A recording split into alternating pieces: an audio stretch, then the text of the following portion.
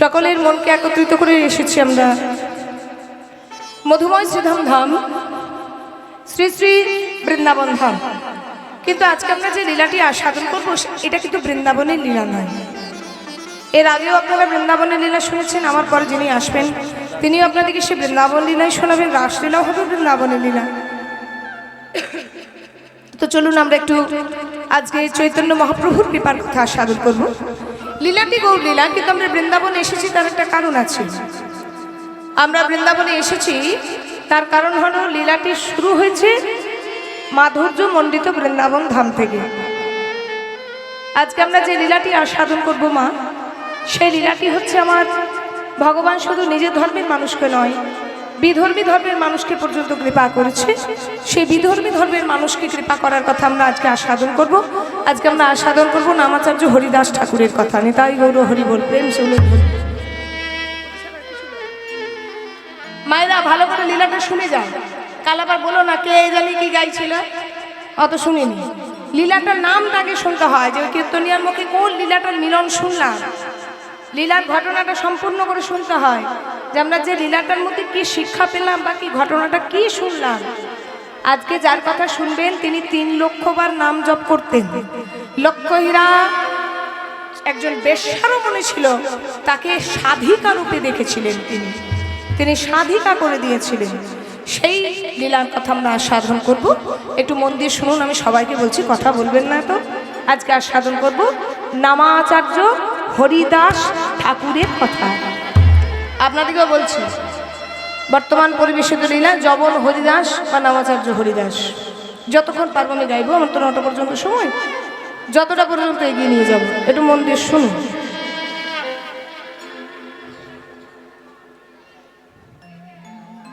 কথা বলো না ও মায়েরা, কথা বলো না।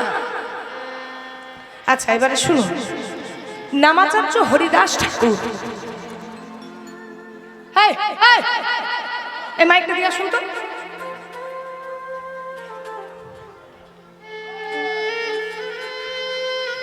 একটু চুপ করুন, কথা বলবেন যান না, এতটা রাস্তা পড়ে রয়েছে, কথা বলুন। এই হরিদাস ঠাকুর কে ছিলেন? এই হরিদাস ঠাকুর ছিলেন পরম ব্রহ্মা। অভিশপ্ত হয়ে ব্রাহ্মণ ঘরে জন্মগ্রহণ করেছিলেন। দেখুন মা, জন্ম কিন্তু হয়েছিল হরিদাস ঠাকুরের ব্রাহ্মণ ঘরে, চক্রবর্তী ফ্যামিলি, একেবারে কুলীন ব্রাহ্মণ। সেই ব্রাহ্মণ ঘরে জন্মগ্রহণ করে মুসলমান ঘরে কিন্তু পালিত হয়েছিল হরিদাস ঠাকুর। কেন? নিজের কর্মের জন্য। ভগবান শ্রীকৃষ্ণ গীতাতে অর্জুনকে একটা শিক্ষা দিয়েছে। গীতার শ্লোকটা একটু আস্বাদন করুন। চতুর্বিধা ভজন্তে মম জনা সুকৃতি অর্জুন আত্মজিজ্ঞাসু অর্থাৎ জ্ঞানীচ ভরতরস। অর্থাৎ কেউ ডাকে নিজের রোগের জ্বালায়, এই ধরুন আমিও ডাকছি ভগবানকে, আপনারাও ডাকছেন, অন্য কেউ ডাকছে। তো ভগবান কৃষ্ণ অর্জুনকে শিক্ষা দিলেন গীতার মধ্যে, যে অর্জুন আমাকে ভালোবাসে কে কেমন ভাবে জানো? কোনো ভক্ত আমাকে ডাকে সারা জীবন কৃষ্ণ ভজন করে না, কিন্তু শরীরে যখন একটা ব্যাধি জন্ম নেয়, ব্যাধি আক্রান্ত হয়, সেখান থেকে নিস্তার পাওয়ার জন্য কৃষ্ণ ভজন। এটা হচ্ছে আর্তভক্ত। আর্থাতিক ভক্ত কেমন? শুধু দাও আর দাও, মানে ভগবানের কাছে বসলেই টাকা দাও, নাম যশ দাও, খ্যাতি দাও, আমায় বাড়ি দাও, গাড়ি দাও, এই যে দাওয়াত নেওয়ার ব্যাপারটা। আচ্ছা মায়েরা, আমরা যে ভগবানের কাছে সবসময় চাই, আচ্ছা আমরা ভগবানকে কি দিই? একটু হিসাবটা করেছ যে আমরা যে ভগবানের কাছে চাই, ভগবানকে আমরা কি দিই? একটা ঠাকুমা বাসের মধ্যে উঠেছে জানো, এই চাওয়া পার হিসাবটা কেমন দেখো।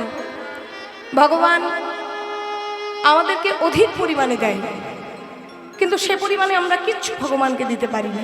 পারি কি? আমরা যতটা দিই তার চেয়ে অধিক পরিমাণে ভগবানের কাছে আশা করি। একটা ঠাকুমা বাসে উঠেছে, বাসে উঠে সিটের মধ্যে বসেছে। স্বাভাবিক কথা, একটা বয়স্ক মানুষ, একটা বৃদ্ধাকে তো সবাই সিট দেবে, সিট ছেড়ে দেবে। ঠাকুমা সিটের মধ্যে বসেছে, সিটের মধ্যে বসে বেশ আরাম করে পান দোক্তা খুলে খাচ্ছে, যেটা হয় বয়স্ক মানুষের। সেই সময় কন্ডাক্টর এসেছে, এসে বলছে, ও ঠাকুমা তোমার ভাড়াটা। ঠাকুমা বলছে, বাবা ভাড়া কত? না ঠাকুমা তোমার ভাড়া 10 টাকা।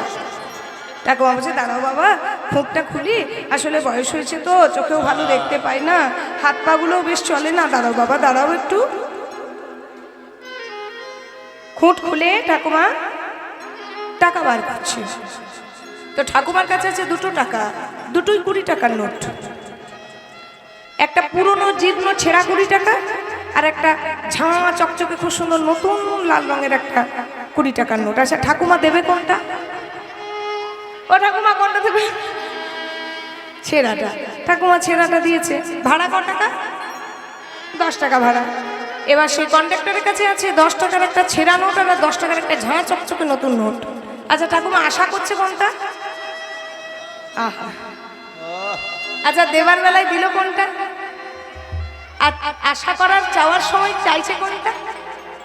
ঠিক এটাই। আমরা যখন ভগবানকে দিই তখন কিন্তু আমাদের যত জীর্ণ আছে, যত নোংরা আছে, যত ময়লা আছে ভগবানের চরণে, কিন্তু ভগবানের কাছে আশা করি আমরা অনেক বেশি। চাওয়া পাওয়ার হিসাবটা এই জায়গাতে শেষ নয়। ভগবানের কাছে একবার দিনান্তে বসলে ভগবানকেও একবার জিজ্ঞাসা করতে হয়, প্রভু তুমি ভালো আছো তো? যত যত মানুষ বসে কীর্তন শুনছেন, কেউ একজন বুকে হাত রেখে বলতে পারবেন আপনাদের মেয়ের বয়সী, আপনাদের দিদির বয়সী, আপনাদের বোনের বয়সী আমি, একবারও বলতে পারবেন যে হ্যাঁ গো আমি খুব সুখে আছি? সুখ কিন্তু কারো নেই। কেন নেই? কারণ আমরা যেটা সুখে থাকার কর্ম সেটা করতে পারি না। নিজেদের সুখে রাখার জন্য যে কর্মগুলো আমরা দিনান্তে করে যাই সেগুলো সুখে রাখার কর্ম নয়। সংসার মানে কি? সংসার মানে সম্যক রূপে স্মরণ করা। কে কাকে স্মরণ করছে? জন্ম স্মরণ করছে মৃত্যুকে, মৃত্যু স্মরণ করছে জন্মকে। জন্ম মৃত্যুর অবলীল খেলার নাম সংসার। আর জন্ম মৃত্যুর মাঝখানে যেটা সবচেয়ে বড় সেটা হচ্ছে আপন কর্ম। কর্ম যদি ভালো থাকে মা ভালো হবে, কর্ম যদি মন্দ থাকে পাপ ছাড়ে না বাপকে। কর্মফল কিন্তু সবাইকে ভোগ করতে হবে, স্বয়ং ভগবানকে করতে হয়েছে। সুগ্রীবের সাথে মিতালি পাকিয়ে যখন বালিকে হত্যা করেছিল বিনা অপরাধে, বালিপুত্র অঙ্গদ তীর ধনুক তুলেছিল, হে প্রভু, হে নাথ, শেষের সময় তোমায় দর্শন পেলে নাকি ভগবত কৃপা পাই। আবার তোমার হাতে যার মৃত্যু হয় তার তো ভগবত কৃপা হবে। আমার বাবার কিন্তু ভগবত কৃপা হয়েছে, কিন্তু আমার বাবা বিনা অপরাধে মারা গেছে, তাই আমি এর সাজা কিন্তু তোমায় দেব। ভগবান বললেন আগত জন্মে তুমি হবে জরাব্যাগ আর আমি হব ভগবান কৃষ্ণ। যেমন করে তোমার বাবাকে বাণবিদ্ধ করে আমি মারলাম, তুমিও আমার চরণের তলায় বাণবিদ্ধ করে আমায় মারবে। ভগবানের কি আর মৃত্যু হয়? ভগবান এটা শিক্ষা দিয়েছেন জগৎ সংসারকে, যে পাপ ছাড়ে না বাপকে। যে পাপ করবে তাকে কিন্তু পাপের সাজা পেতে হবেই হবে। তাহলে জগৎ সংসারে জন্ম মৃত্যুর মাঝখানে যে খেলাটা সেটা হচ্ছে সংসার খেলা। আর এই সংসার খেলাতে যে আমরা ভগবানের কাছে শুধু চেয়ে যাই, হরিবল, তারা হচ্ছে আধ্যাত্মিক ভক্ত। আচ্ছা জ্ঞানীচ ভক্ত, জ্ঞানীচ ভক্ত কারা? না যারা ভগবানকে ভালোবাসে। জানো মা, এই জগতে সবচেয়ে বড় হচ্ছে প্রেম আর ভালোবাসা। ভালোবাসার দ্বারা একটা শত্রুকেও জয় করা যায় জানো।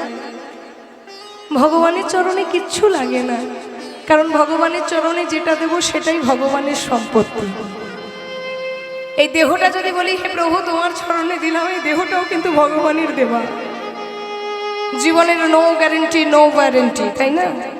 একটা মোবাইল কিনলে 10 বার জিজ্ঞেস করবো দাদা কতদিন গ্যারেন্টি, কতদিন ওয়ারেন্টি, কিন্তু এই দেহটার নো গ্যারেন্টি, নো ওয়ারেন্টি। এই দেহটাও যদি বলি প্রভু হে না তোমার চরণে দিলাম,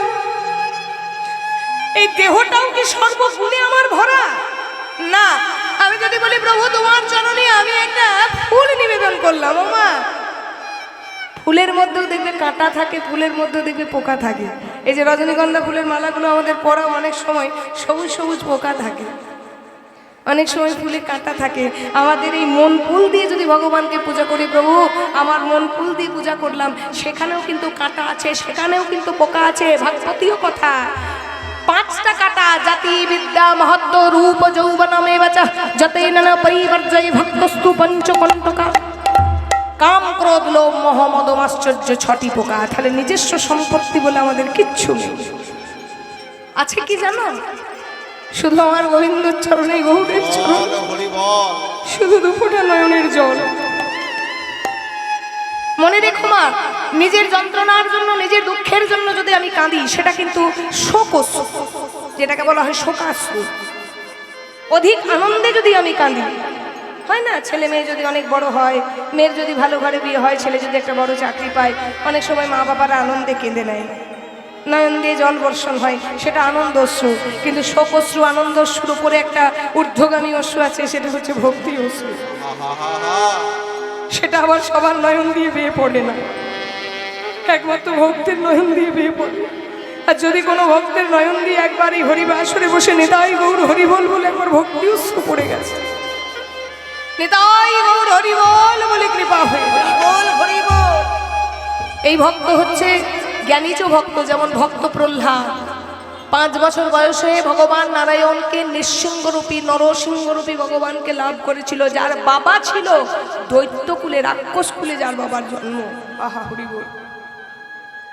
ভক্ত ধ্রুব, যে লীলাটা আমরা শুনতে বসেছি, নামাচার্য হরিদাস ঠাকুর, এনারা হলেন জ্ঞানীচ ভক্তের উদাহরণ। আরেকটি হচ্ছে জিজ্ঞাসু ভক্ত। জিজ্ঞাসু ভক্ত মানে যারা ভগবানকে চিনতে চায়, জানতে চায়। এই জায়গাটা ভালো করে একটু শুনবেন। 4 প্রকার ভক্ত, গীতার, এটা গীতার শ্লোক, ভাগবতের নয়। চতুর্বিধা ভজন্তি মম জনা সুকৃতি অর্জুন আর্ত জিজ্ঞাসু অর্থাৎ জ্ঞানীচ ভারতরস। জিজ্ঞাসু ভক্ত তারাই দুজন, এক হচ্ছে আপনাদের সামনে মন্দির রয়েছে বাবা ভোলানাথ, আর এক হচ্ছে আজকে লীলাটা শুনতে বসেছি পরম ব্রহ্মা। ভগবানকে জানতে চেয়েছিল, ভগবানকে চিনতে চেয়েছিল, ভগবানকে জানতে চেয়েছিল কোন দিন না, বাবা ভোলানাথ যেদিন বৃন্দাবনে রাসস্থলীতে রাসলীলা হয়, সেই রাসস্থলীতে রাসলীলার দিন ভগবান বাবা ভোলানাথ গোপী সেজে একটা 80 হাতের শাড়ি পরে, জটা উল্টে খোপা বেঁধে, সেখানে নানান ধরনের ফুল দিয়ে সেজে সুন্দর করে বাবা ভোলানাথ রাসস্থলীতে প্রবেশ করেছিলেন। ভগবান 16,108টা গোপী নিয়ে রাসস্থলীতে রাস করেছিলেন। নিকুঞ্জবনে কোথায়? রাসস্থলীতে। শ্রীমতী রাধারানীর সঙ্গে ছিলেন, আর বাকি 16,108টা নারী, বাকি একাই পুরুষ কৃষ্ণ। এবার যখন রাস হয়েছিল, বাবা ভোলানাথ গোপী বেশে প্রবেশ করেছিল, তখন ভগবান চিনতে পেরেছিল। ভগবান চিনতে করে বলেছিল, মহাদেব, শিব ঠাকুর, তুমি এসেছো আমায় পরীক্ষা করতে, আমার রাসলীলা দেখতে, তোমায় আমি অভিশাপ দিলাম, আগত জন্মে তুমি সামান্য মানুষ হয়ে পৃথিবীতে যাবে, নাম হবে তোমার অদ্বৈত আচার্য। তোমার জন্মের 52 বছর পর, এগুলো সবাই জেনে রাখবেন, তোমার জন্মের 52 বছর পর আমি আবির্ভূত হব, প্রকট হব নদিয়ার চাঁদ গৌর হরি রূপে। তাহলে অদ্বৈত আচার্যের 52 বছর জন্মের পর কিন্তু চৈতন্যের জন্ম। অদ্বৈত আচার্যের ডাকেই সাড়া দিয়েই কিন্তু চৈতন্য মহাপ্রভুর আবির্ভাব। এই কিছুদিন আগে গৌর পূর্ণিমা বা দোল পূর্ণিমা গেল। আচ্ছা, এই একটা উদাহরণ। এবারে আজকের উদাহরণটাতে আসুন। আজকে ভগবান শ্রীকৃষ্ণ খেলায় মাতোয়ারা হয়েছে।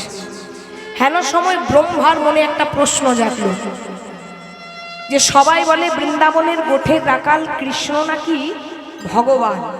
তো কৃষ্ণ যদি ভগবান হয়, তাহলে তো সোনার সিংহাসনে বসে থাকবে, অমন করে সখাদের কাঁধে চাপবে কেন, অমন করে সখাদের এঁঠো ফল খাবে কেন? তো আমায় একটু ওই কৃষ্ণকে পরীক্ষা করতে হবে। তো পরম ব্রহ্মার জন্ম হচ্ছে ভগবান নারায়ণের নাভিমণ্ডল থেকে। তাহলে নাভিমণ্ডল থেকে যদি নারায়ণের সৃষ্টি হয় ব্রহ্মার, তাহলে ব্রহ্মার নারায়ণের সম্পর্কটা পিতা আর পুত্রের। তাহলে কোনো ছেলে যদি বাবাকে জানতে চায়, তাহলে এটা অপরাধ নয় বাবা? এটা সবচেয়ে বড় অপরাধ, সংসারেও অপরাধ, আধ্যাত্মিক জগতেও অপরাধ। ব্রহ্মা করল কি? সেই ধাম থেকে আজকে বৃন্দাবন ধামে নেমে এসেছে, কৃষ্ণের খেলা দেখছে গাছের আড়াল থেকে। আর কৃষ্ণ হেন সময় সখাদিকে নিয়ে খেলা খেলছে। আর খেলা খেলছে কি খেলা গো? ওই কাঁধে করাই আর কাঁধে চড়া, কাঁধে করাই আর কাঁধে চড়া, কাঁধে করাই আর কাঁধে চড়া। আজকে খেলা খেলবো মোরা, আজকে খেলা খেলবো মোরা, কাঁধে করাই আর কাঁধে চড়া। আজকে খেলা খেলবো মোরা। এই সাউন্ডটা তুলো, সাউন্ডটা মনিটরে তুলুন, দোহারির সঙ্গে পাচ্ছি না। ও মাইরা, কারা কারা খেলবে একটু হাত তোলো দেখি, একটু বেশ। খেলাটার নাম কি শুনেছো তো? শুনেও ভুল করছো। এই দেখো, এর ওয়েট কিন্তু 90 কেজি। এর কত বললি রে? 75 কেজি। আমারটা ছেড়ে দিন, বাদ দিন, এত ডায়েট করছি তাও রোগা হতে পারছি না। তো দেখুন, এদের ওয়েটগুলো দেখে কিন্তু হ্যাঁ দেবেন। ও যে কাঁধে করা, মানে কাঁধে করে কিন্তু যমুনার তীর নিয়ে যেতে হবে। আপনাদের যমুনার তীর নিয়ে যেতে হবে না, মোটামুটি গ্রামটা পার করলেই হবে। কৃষ্ণ বলছে কাঁধে করাই আর কাঁধে চড়া, কাঁধে চড়া, কাঁধে করা আর কাঁধে চড়া, আজকে খেলা খেলবো মোরা কাঁধে করাই আর কাঁধে চড়ায়। খেলা খেলবো মোরা কাঁধে করা আর কাঁধে চড়া। ও মাইরা, ভুলে নিয়েছিল। ও মাইরা, কাঁধে করতে পারবে? তাহলে বেশ, যে বললে যে হ্যাঁ খেলবো, আগে শোনো, আগে ঝাঁপিয়ে দিও না। বলছে এই কানাই, আমি কিন্তু কাঁধে চাপবো।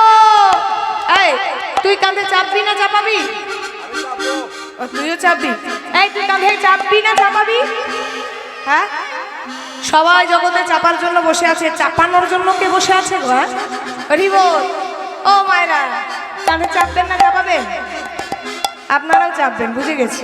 কিচ্ছু বলছে না, দেখছে তো পড়ে গেছি ফাঁদে। আর কিছু বলা না, বললো দোষী হয়ে যাবে। আর হ্যাঁ বললো কাঁধে করতে পারবো না।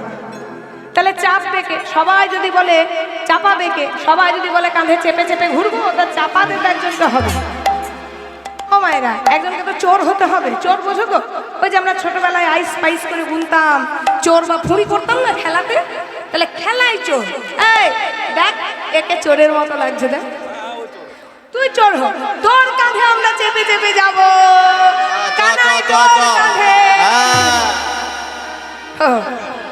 তুই চোর হবি না, তাহলে তুই চোর হ। তাহলে কি করা যায়?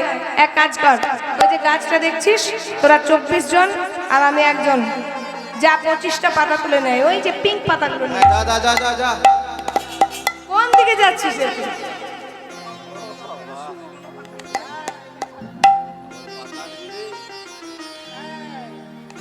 নিয়েছিস 25টা পাতা?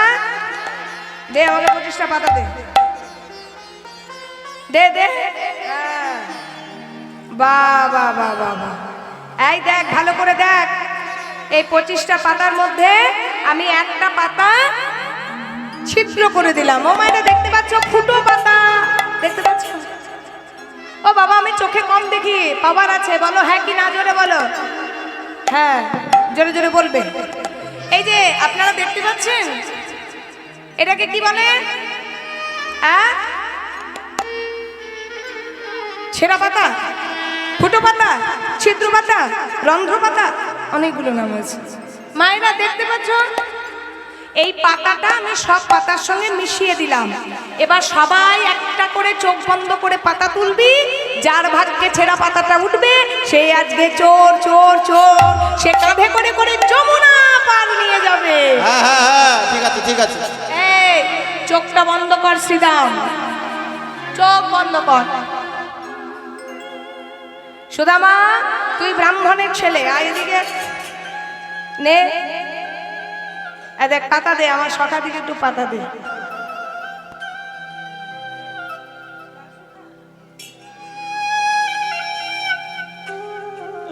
এই পাতা পেয়েছিস? আচ্ছা, পাতাটা দেখ তো ভালো কি খারাপ। ওকে দিয়ে, ওকে দিয়ে, বল্টু সিংকে দিয়ে। এরকম হেলদি আমার ছেলে, গাব্বু গুব্বু একদম। যতই বলছে ওরে ওয়াকারে হাঁট, একটুকু সকালবেলায় হেঁটে আসবো, শুধু ফাস্টফুড খাবো আর ঘরে বসে টিভি মোবাইল। হ্যাঁ বল্টু সিং, ঠিক আছে দেখ তো বাবা, পাতাটা ঠিক আছে দেখ তো, ছেঁড়া আছে কি? হ্যাঁ, এই পাতা ঠিক আছে? হ্যাঁ, এই তোর পাতা ঠিক আছে? গোপাল তো ঝকঝকে, পাতা ঠিক আছে? ও বাবা, সবাই তো বলছে পাতা ঠিক আছে, তবে কি আমারটা ছেঁড়া পড়লো নাকি? আরে কানাই, তুই সবার পাতা দেখলি, তুই পাতাটা দেখি। তাও তো ঠিক, আমি সবার দেখেছি। এই দেখ আমার কথা। চোর চোর চোর চোর কারা চোর? আমায় চোর বলছিস? হ্যাঁ, আমার চোর বলে খুব কষ্ট হয়। শুধু আমার কাছে এসে বলছে তুমি বিনা চোর কে ভাই আছে, তুমি বিনা চোর কে ভাই আছে, তুমি হলে চোরের শিরোমণি, তুমি বিনা চোর কে ভাই আছে, তুমি হলে এই মন চোরা, তুমি হলে এই মন চোরা, বলে চোরের শিরোমণি, বলি তুমি বিনা চোর কে ভাই আছে? আজ খেলা খেলছে, খেলা খেলতে খেলতে ব্রহ্মা মনে মনে চিন্তা করছে এবার আমায় পরীক্ষা করতে হবে। ভগবান খেলায় মাতোয়ারা, সেই সময় ভগবানের 9 লক্ষ গাভীকে নিয়ে গিরি গোবর্ধনে পাহাড়ের গুহায় রেখে দিয়েছে। ভগবান মনে মনে চিন্তা করছে হায় হায় আমার গাভীগুলো তবে কি মিষ্টি ঘাসের আশায় কোনো দিকে গেল নাকি? ধবলি, শ্যামলি, মঙ্গলি, আহা, যেই না গাভী দিকে খুঁজতে গেছে সঙ্গে সঙ্গে সখাদেরকে চুরি করে ব্রহ্মা একই গুহার মধ্যে রেখেছে। সুদাম, সুদামা তোরা কোথায় গেলি? আমার সখারা কোথায় গেল? তবে কি যমুনায় জল পান করতে গিয়েছে? যেই না যমুনার ধারে গিয়ে দিচ্ছে, দেখছে যমুনার জলের মধ্যে ব্রহ্মা অট্ট হাসি হাসছে। ব্রহ্মা, তুমি আমায় পরীক্ষা করতে এলে? আমার নাভিমণ্ডল থেকে তোমার সৃষ্টি আর তুমি আমায় পরীক্ষা করতে এলে? সঙ্গে সঙ্গে ভগবান করলেন কি, নিজের লোম ছিঁড়ে যেই না মাটিতে ফেললেন, সেখান থেকে আবার 9 লক্ষ ধেনু 24টা সখার সৃষ্টি হলো। পুনরায় গোষ্ঠগোচারণ ভূমিতে খেলা করছে। ব্রহ্মা ধ্যানস্থ হয়েছে, তবে সৃষ্টিকর্তা, আমি তো একাই সৃষ্টিকর্তা, আমি সৃষ্টি করতে জানি, এ কি করে সৃষ্টি করছি? যেই না নয়ন মোদিত করেছে, ধ্যানস্থ হয়েছে, দেখছে কি সেই ভগবান কৃষ্ণের মধ্যে খেলা করছে স্বয়ং নারায়ণ। হে কৃষ্ণ করুণা সিন্ধু, দীনবন্ধো জগৎপতে, বিশ্বগোপীকান্ত রাধা কান্ত নমস্তুতে, রাধাকান্ত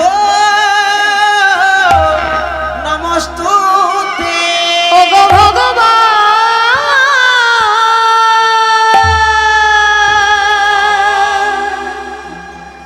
আমায় ক্ষমা করো, আমায় ক্ষমা করো ভগবান তুমি আমায় ক্ষমা করো, আমি তব চরণে চির অপরাধী,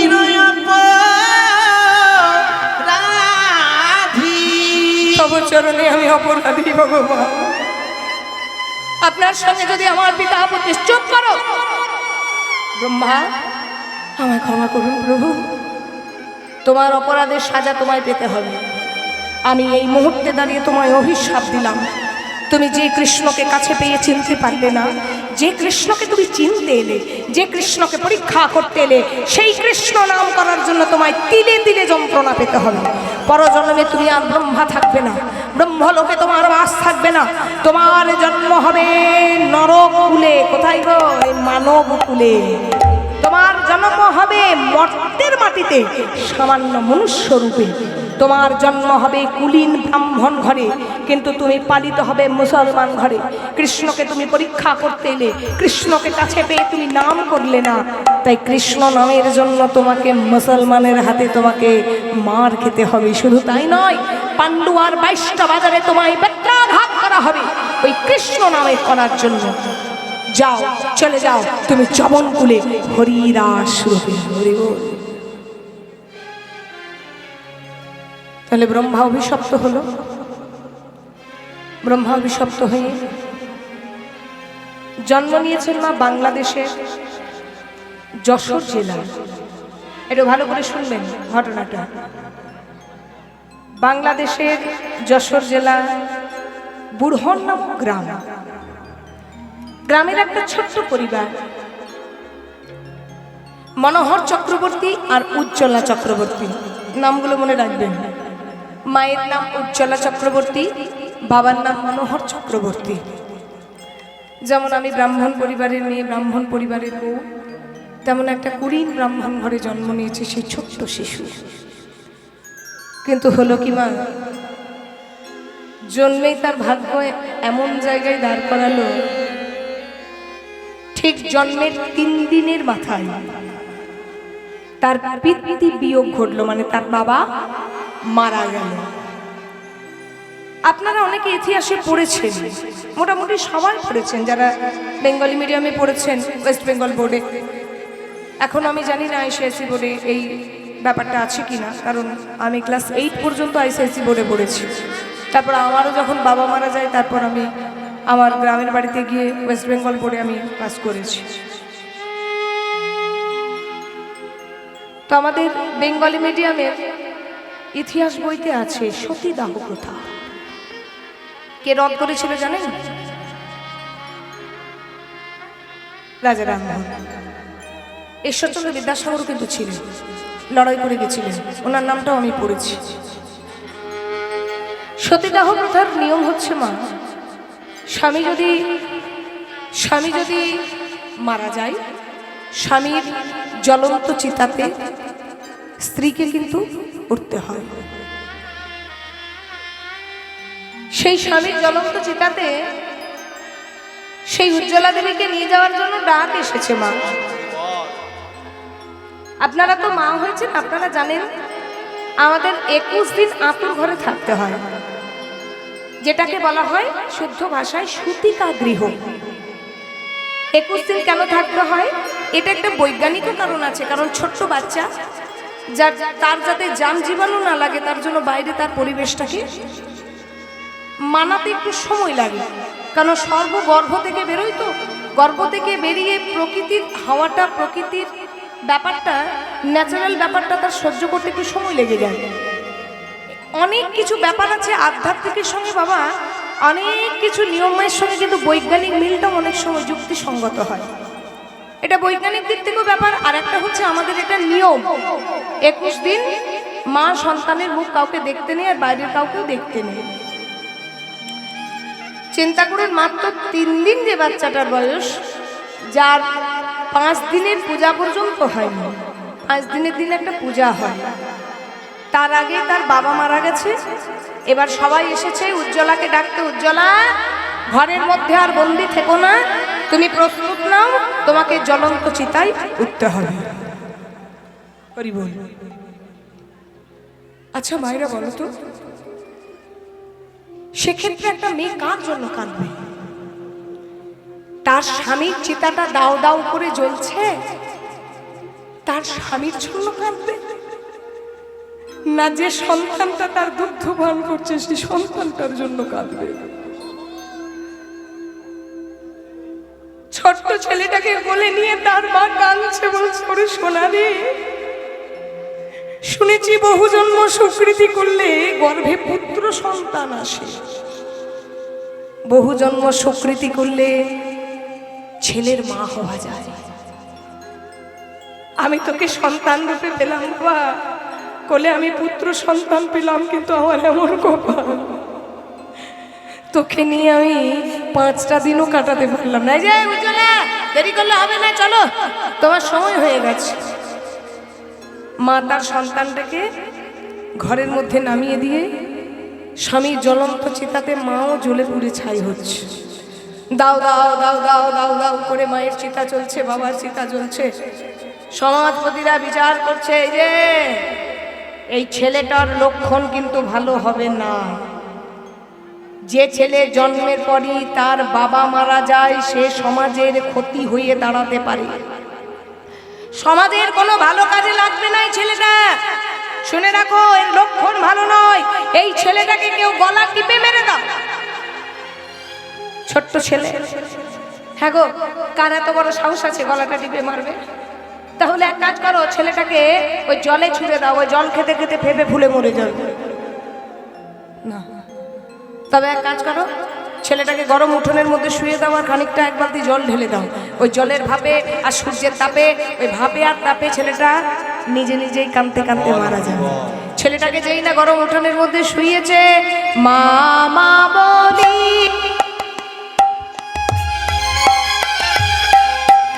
মামা বলিয়া শিশু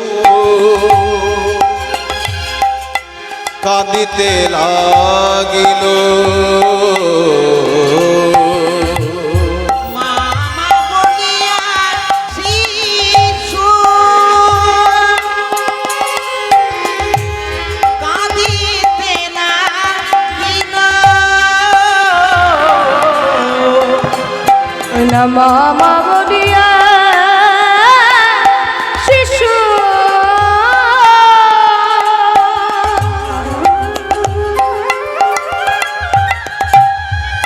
কাঁদিতে লাগিল। ওগো হবিবুল্লাহ তথা আসে কোলে তুলে নিল।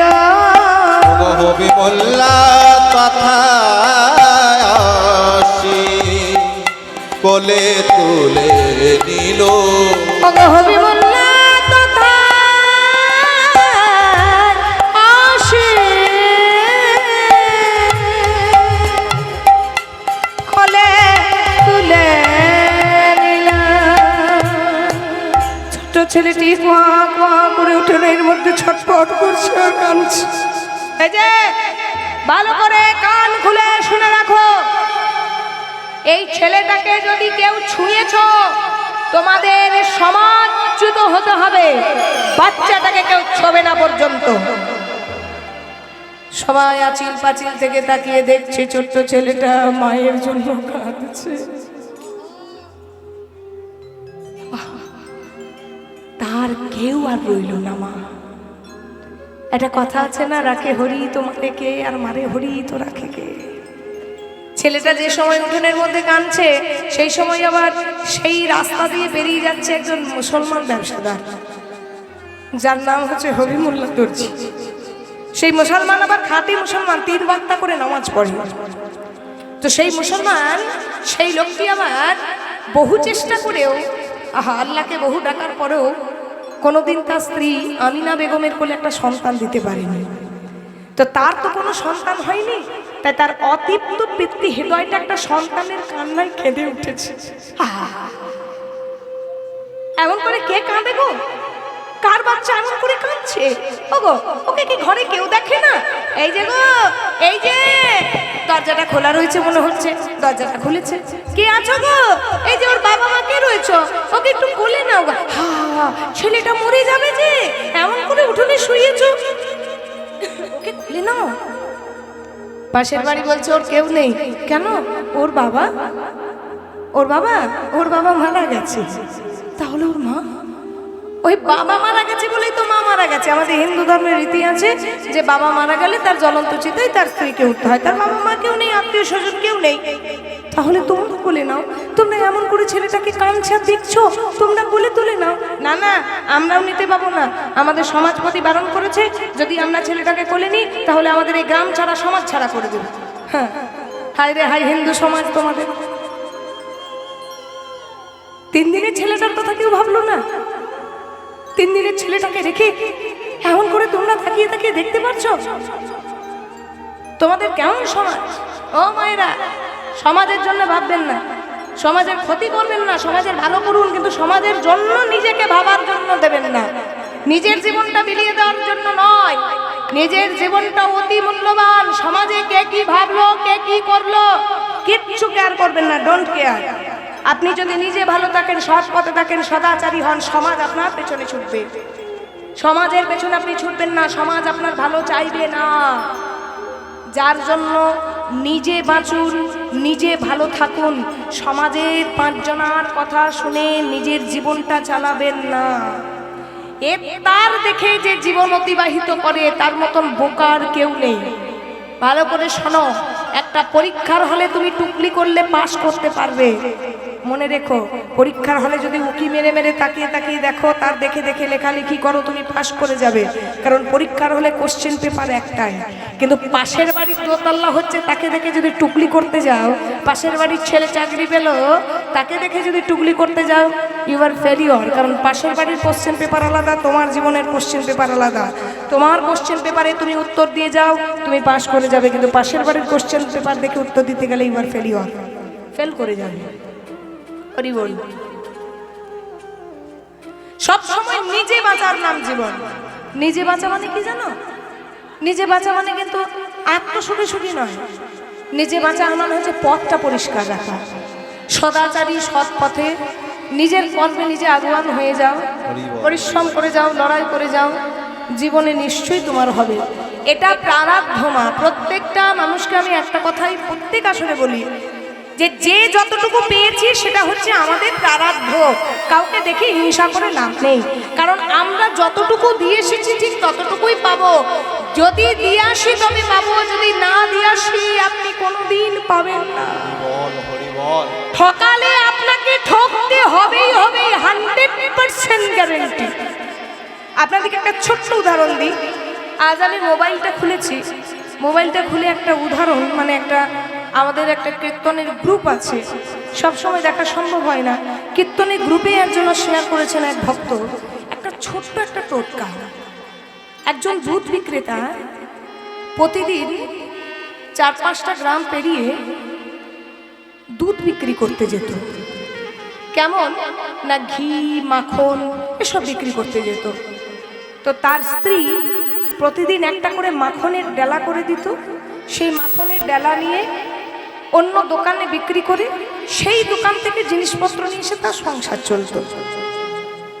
তো সেই মাখনের ডেলাগুলো হচ্ছে 1 কেজি করে সাইজ। এবার 1 কেজি করে কয়েকটা ডেলা করতো, যেদিন যেমন হতো সেগুলো নিয়ে গিয়ে মাখনটা বিক্রি করে চাল, ডাল, নুন, তেল নিয়ে আসতো। সময়রা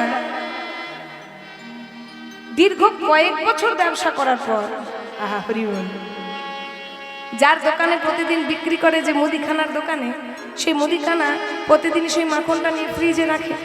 তো একদিন তার মনে সন্দেহ হলো যে প্রতিদিন তো বলে 1 কেজি করে মাখন নিয়ে এসছি, তার বিনিময়ে চিনি নিয়ে যায়, চাল নিয়ে যায়, ডাল নিয়ে যায়, নুন নিয়ে যায়, তেল নিয়ে যায়। তা আজ একটু ওজন করে দেখি বেটা, সত্যি 1 কেজি নিয়ে আসে না কম নিয়ে আসে না বেশি নিয়ে আসে।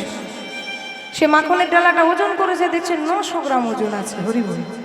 হ্যাঁ, এ কিরকম মানুষ?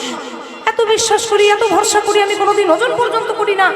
মানুষটাকে দেখে মনে হয় খুব সৎ মানুষ, খুব ভালো মানুষ, তলে তলে এত চালাকি। বেটা কাল আসুক, আমি একবার দেখাবো মজা। ঠিক তা যেদিন এসেছে পরের দিন তাকে দেখতে পেয়ে যায়, দেখতে এত সরল সাদা সিধে, তোর ব্যবহারটার মধ্যে এত নিষ্ঠতা আছে, এত ভালো, আর তুই তলে তলে তোর এত চালাকি, দুরাচারী ছেলে কোথাকার, বেরিয়ে যা, দূর হয়ে যায়। কেন আমায় এমন করে বলছেন কেন? বলছে তুই যে প্রত্যেকদিন মাখনের ডালাগুলো দিস, সেগুলো কত করে? বলে কেন 1 কেজি করে। 1 কেজি করে? 1 কেজি করে? মিথ্যা কথা বলার জায়গা পাস না? তুই 1 কেজি নিয়ে যাস আর আমার কাছ থেকে ওই 1 কেজি ডাল নিয়ে যাস, চাল নিয়ে যাস, মিথ্যা কথা বলেন, বেরিয়ে যা, দূর হয় এখান থেকে। বলছে আমি তো কোনো অপরাধ করিনি।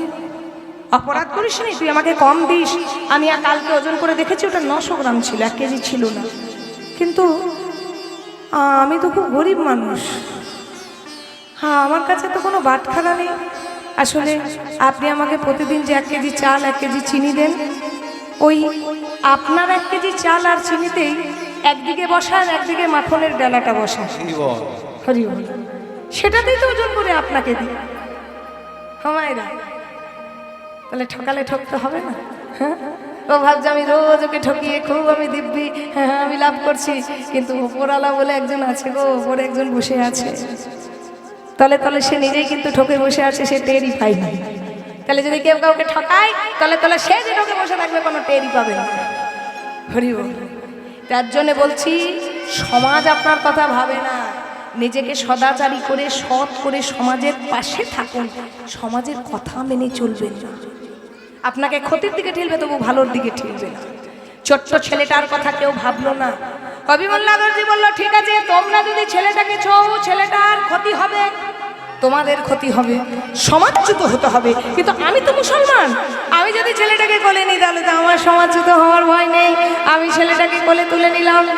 হাবিবুল্লাহ দর্জি ছেলেটাকে কোলে তুলে নিয়ে মনের আনন্দে ঘরে আসছি। আমি না তোমার জন্য কি নিয়ে এসেছি দেখো, আমি না তোমার জন্য কি নিয়ে এসেছি দেখো। আমি না তাড়াতাড়ি দরজা খুলেছে, মনে হচ্ছে ভালো বন্ধ খাবার হয়তো এনেছে। যেই না দেখেছে কোলে একটা ছেলে, সঙ্গে সঙ্গে আমি না চমকে গেছে। কি গো, তুমি কাকে নিয়ে এসেছো? আমি না তুমি না প্রত্যেকদিন আল্লাহর কাছে দোয়া মাংতে। দেখো আমি না, দেখো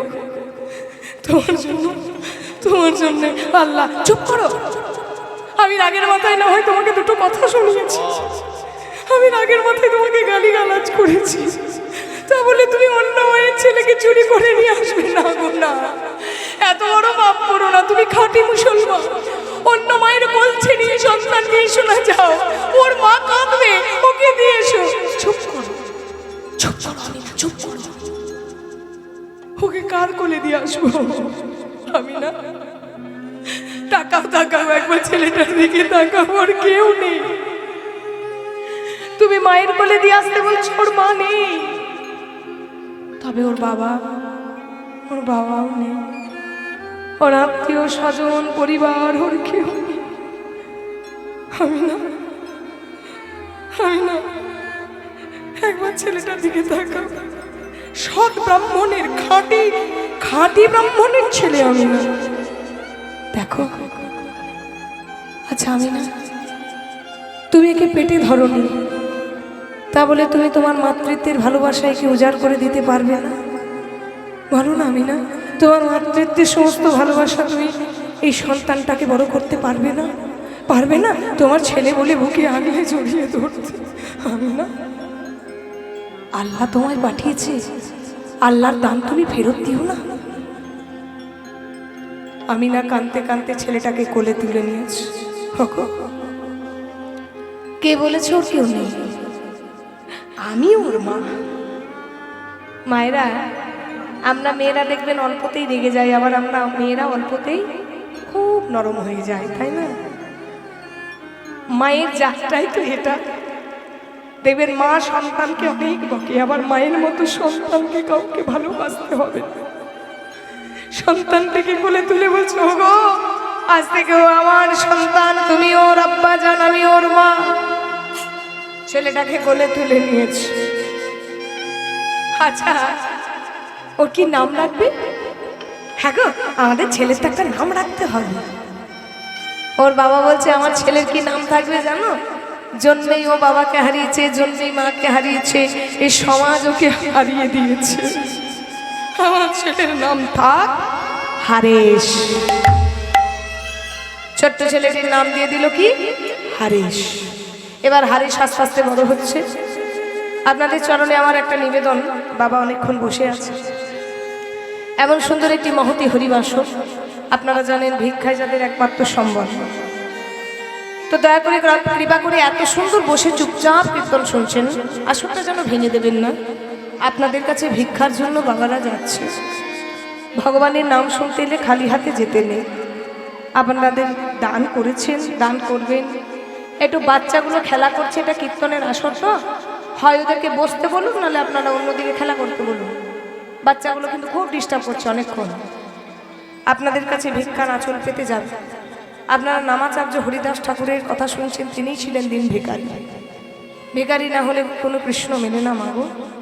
তো আপনারা দয়া করে কৃপা করে ভিক্ষার আঁচল একটু আপনাদের ক্ষুদ্র ক্ষুদ্র দান আপনারা তুলে দেবেন। শ্রী গুরু প্রেমানন্দে নিতাই গৌর হরি বল, হরি বল, হরি বল। সবাই মিলে প্রেম সে একটু উলুধ্বনি দাও, উলুধ্বনি দাও। হরি বল। আস্তে আস্তে, কেউ কথা বলো না। ছোট্ট ছেলে হারেশ ব্রাহ্মণের ছেলে। ও মায়েরা, ব্রাহ্মণের ছেলে কর্মফলে মানুষ হচ্ছে কোন ঘরে? জবন ঘরে, মুসলমান ঘরে। আহা, হাবিবুল্লাহ দর্জি আমি না কে নয়নের মণি করে রেখেছি। কিন্তু কি জানো মা, হারিসের যখন থেকে জ্ঞান হয়েছে, হারিসের কিন্তু মুসলমান ঘরে ভালো লাগে না। হারিসের বাবা বলে, হারিস রে, আমি জানি তুই খাঁটি ব্রাহ্মণ, কিন্তু সবাই তো জানে তুই মুসলমান বাবা, চল তোকে নিয়ে নামাজ পড়তে যাব। কিন্তু হারিসের নামাজ পড়তে ভালো লাগে না গো, ওই হিন্দু ধর্মে মরা যায় আর সবাই বলে বলো হরি বল হারিস বলে কি গো, হরি বল, হরি বল বলো হরি বল বলো হরি। হারিসের ভালো লাগে না নামাজ পড়তে, হারিস সে মরার পেছনে পেছনে হরি বল হরি নাম শুনতে শুনতে যায়। সব মুসলমান পাড়ার ছেলেগুলোকে একাকৃত করে বলে, একবার হরি বল বলো, একবার হরে কৃষ্ণ বলো। তুলসী মন্দিরের মাটি নিয়ে তিলক করে। হারিস অমন করিস না বাবা, এ সমাজ তোকে মেনে নেবে না, তুই খাঁটি মুসলমানের ছেলে, তাই মুসলমান হয়ে ওসব করিস না বাবা, এই সমাজ আমার বুক থেকে তোকে ছিনিয়ে নেবে। চল বাবা আমার সঙ্গে তুই নামাজ পড়বি। হারিসকে নিয়ে গেছে নামাজ পড়তে। হারিসের বাবা মসজিদের ভেতরে ঢুকে নামাজ পড়ছে, আর হারিস বাইরে বসে বসে নয়নের জল ফেলছে আর গাইছে, কৃষ্ণকে সব কৃষ্ণ কে সব সুধা মাখা এ না, একবার জপরে মধুমাখা এই না। কৃষ্ণ নিতাই গৌর হরি বল। কৃষ্ণ কেশব সুধা মাখা এই নাম, হরি নাম মধু মাখা এই নাম। বলো কৃষ্ণকে সব কৃষ্ণকে সব সুধা মাখা এই নাম, জপরে মধু মাখা এই নাম। কৃষ্ণ কৃষ্ণ কে সব সুধা মাখা এ না, জপরে মধু মাখা এ না। এই নাম জপরে জপরে জপরে রসনা, জপরে জপরে জপরে রস, এই নাম জপরে জপরে জপরে রস। একবার জপরে জপরে জপরে রচনা, সুধা মাখা এই নাম জপরে। সুধা মাখা এই না। বল কৃষ্ণ কেশব কৃষ্ণ কেশব সুধা মাখা এই নাম, হরি নাম মধু মাখা এই নাম। নিতাই গৌর হরি বল।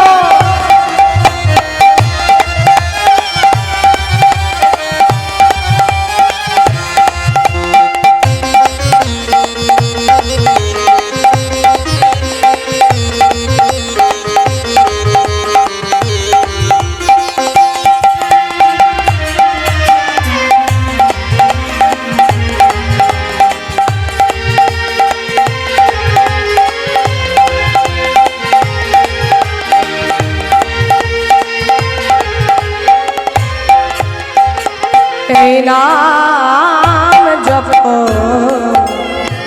ভুলো আপনারে,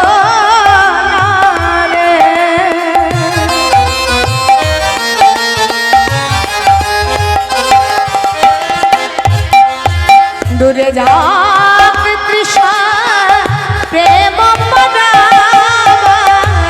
নাম জপ বলো আপনারে,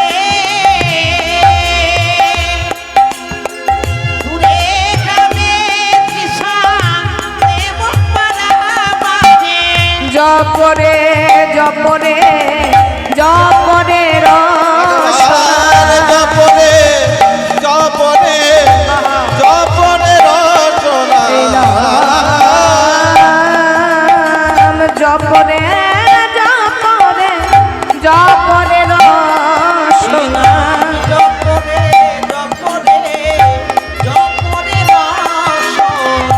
সুধা মাখা এই নাম জপ রে মধু মাখা এই নাম নিতাই গৌর হরি বল।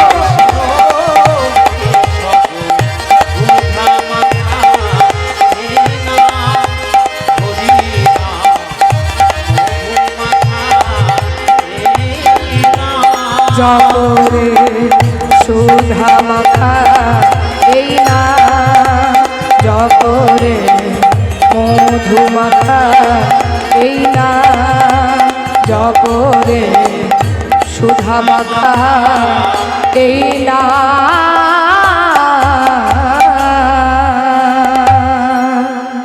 হুজুর খবর চলে গেল তখনকার মুসলমান সমাজের বিচারপতি কার কাছে? গোরাচাঁদ কাজীর কাছে।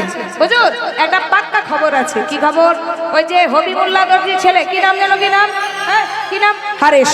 ওই হারেশ বেটাটা হিন্দুয়ানি করছে, খাঁটি মুসলমানের ছেলে হয়ে হিন্দু কাফেরের নাম গাইছে। ও ঠিক আছে, সাবধান করে দাও। এই যে হবিবুল্লাহ দর্জি, ভালো করে শুনে রাখো, কান খুলে শুনে রাখো। তোমার ছেলেটা খাঁটি মুসলমান হয়ে হিন্দুবানি করছে, এমনকি মুসলমান ঘরের ছেলেগুলোকে ডেকে এনে পর্যন্ত হরিনাম করাচ্ছে।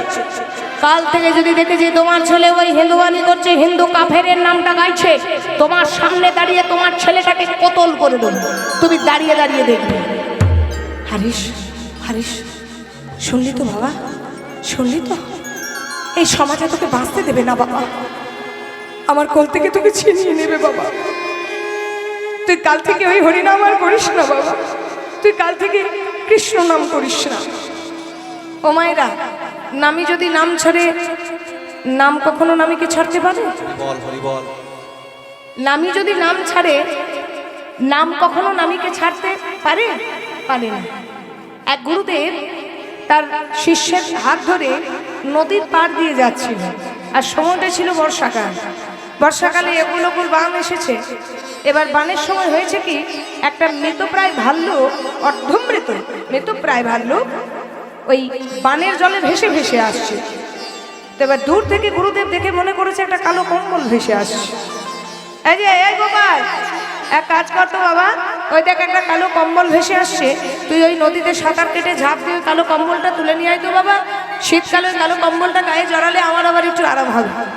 এবার গোপাল করেছে কি, নদীতে সাঁতার কেটে ঝাঁপ দিয়ে সে কালো কম্বল তুলতে গেছে। কম্বল তোলা তো দূরে থাক, ওই কম্বলের সঙ্গে বেটা গোপালও ভেসে ভেসে যাচ্ছে।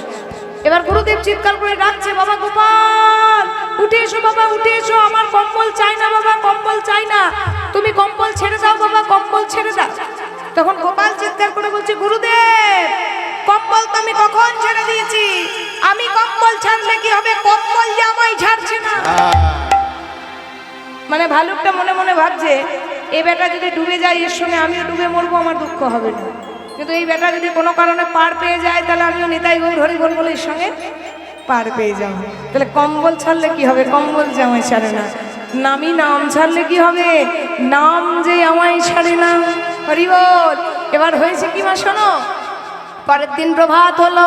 পরের দিন প্রভাতকালে মুসলমানের ছেলেগুলোকে ডেকেছে, মুসলমানের ছেলেগুলোকে ডেকে সবাইকে ডেকে আজকে হরি নামে মাতোয়ারা হয়েছে।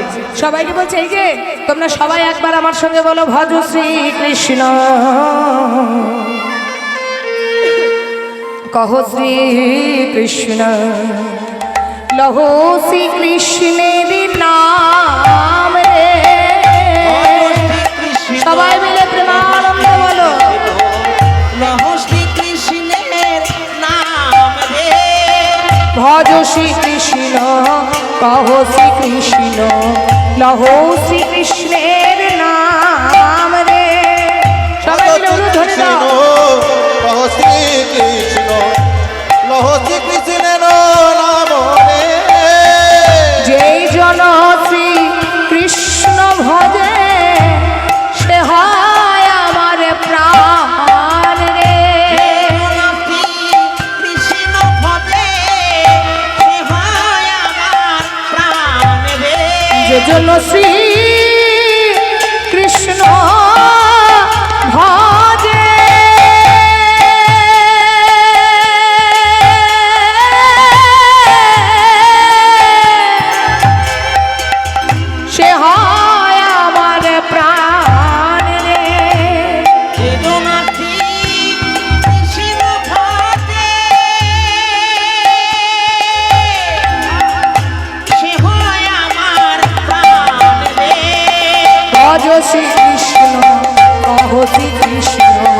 লহ শ্রীকৃষ্ণের নাম রে ভজ শ্রীকৃষ্ণ লহ শ্রীকৃষ্ণ লহ শ্রীকৃষ্ণের নাম রে একেবারে ভজ শ্রীকৃষ্ণ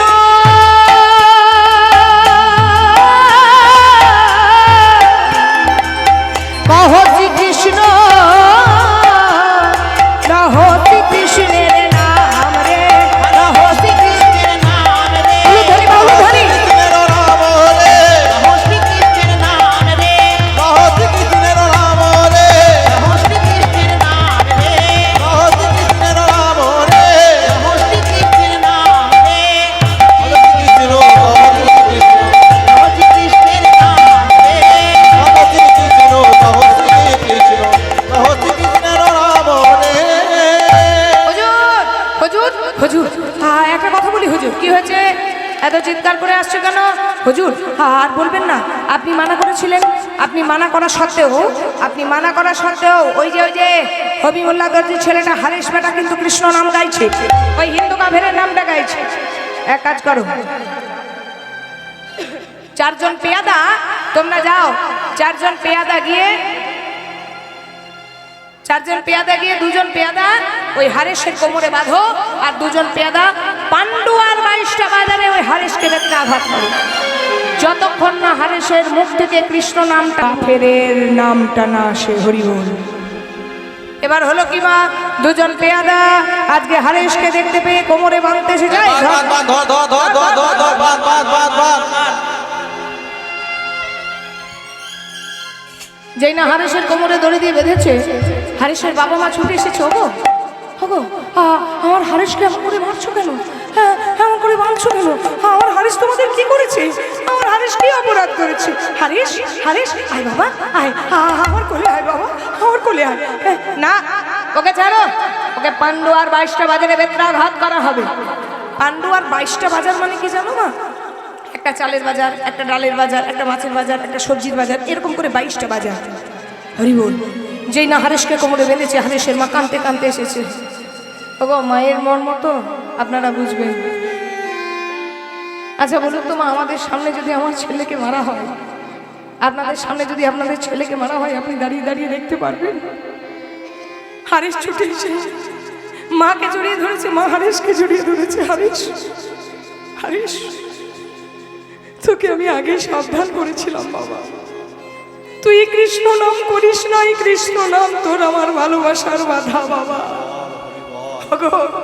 ওগো তোমাদের পায়ে পড়ছি ওগো আমি যে মা আমি সহ্য করতে পারবো না আমার ছেলেটাকে মেরো না আমি কথা দিচ্ছি কাল থেকে আমার ছেলে আর কৃষ্ণ নাম গাইবে না আমি কথা দিচ্ছি হারেস তোর বাবার কথা বাদ দে তুই বাবা একবার আমার চোখে চোখ দিয়ে তাকাতো বাবা একবার আমার চোখে চোখ দিয়ে তাকাতো বাবা আমার চোখে চোখ দিয়ে একবার তাকিয়ে বলতো আমি কি তোকে ভালোবাসা দিতে পারিনি আচ্ছা বলতো বাবা আমি তোকে পেটে ধরিনি বলে আমি তোকে ভালোবাসতে পারিনি ভুলে যা বাবা তুই আমার মুখের দিকে তাকিয়ে কৃষ্ণ নামটা ভুলে যা কৃষ্ণ নাম আর করিস না হারেস মায়ের মুখ দিকে তাকিয়েছে মায়ের চোখে চোখ রেখে বলছে মা গো ও মা জননী তুমি যা বলবে আমি সব কিছু ভুলে যাব মা কিন্তু আমায় ভুলিতে বলো না কৃষ্ণ না হরে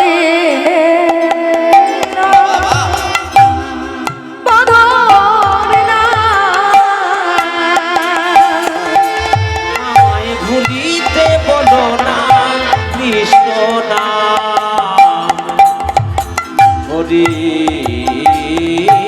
নাম মধুর নাম আমায় ভুলিতে বলো না কৃষ্ণ না মধুর না হরির না আমায় ভুলিতে বলো না কৃষ্ণ নাম হরে নাম হরি আমায় ভুলিতে বলো না কৃষ্ণ নাম। এ নাম ভোলা কি গো যা, আহা, এ নাম ভোলা বড় এ নাম ভোলা কি কোদায়, এ নাম ভোলা বড়দায়। মায়েরা, তোমাদেরকে একটা কথা বলি, এই গানটা আমি যখনই আসরে গাই, এই গানটা গাইলে আমার জীবনের কথাটা মনে পড়ে যায় জানো। তোমাদেরকে বলি, আমি অনেক ছোট থেকে গান বাজনা শিখেছি, ক্লাসিক শিখেছি, কীর্তন শিখেছি। আমার বাড়িটি গান বাজনার বাড়ি, মানে আমার বাপের বাড়ির কথা বলছি। আমি অনেক ছোট থেকে গান বাজনা শিখেছি। যখন 6 বছর বয়স, আমি ক্লাস 1-এ পড়ি, তখন আমি বাইরে এরকম আসরে দাঁড়িয়ে গান গাই, এরকম আসরে দাঁড়িয়ে গান গাইতাম। তো যখন ক্লাস 7 থেকে 8-এ উঠি, তখন তো আমার বাবা গত হন, বাবা মারা যান। বাবা দুর্গাপুর স্টিল প্ল্যান্টের ডিএসপির অফিসার ছিলেন। উনি যখন মারা যান, তখন আমার গান বাজনা বন্ধ হয়ে যায়। আমাকে গান বাজনা শিখেছিলেন আমার মেজো কাকা, আপনারা অনেকে চিনবেন, কীর্তনিয়া নিত্যানন্দ বন্দ্যোপাধ্যায়। উনি ক্যালকাটা পুলিশ, আমার 2 কাকাই ক্যালকাটার পুলিশ, বাবা ডিএসপি সার্ভিস করতেন। তো যখন আমার কাকা পুলিশের কল লেটার পান, আমি তখন ক্লাস 1-এ পড়ি, তখন আমাকে বলেছিল যে বাবা, আমি তো আর গান বাজনা করতে পারবো না, আমি তো পুলিশে চাকরি পেয়ে গেলাম, তো তুই কি গান বাজনা করবি? মানে ছোট থেকে আমার গান বাজনার প্রতি নেশা ছিল, কীর্তনের প্রতি নেশা ছিল। দেখবেন অনেক বাচ্চা, দেখবেন টিচার খেলে, অনেক বাচ্চা খেলনা পাটি নিয়ে খেলে। আমি কিন্তু ওই ড্রেসিং টেবিলের সামনে কীর্তন গাইতাম, আয়নার সামনে দাঁড়িয়ে দাঁড়িয়ে নিজেকে মূল্যায়ন করে, নিজেকে শিল্পী মনে করে গান গাইতাম। এটা আমাদের বাড়িতে দেখেছিল। হয়তো কোনো সময় মনে হয়েছিল যে আমি কীর্তন গাইতে পারবো।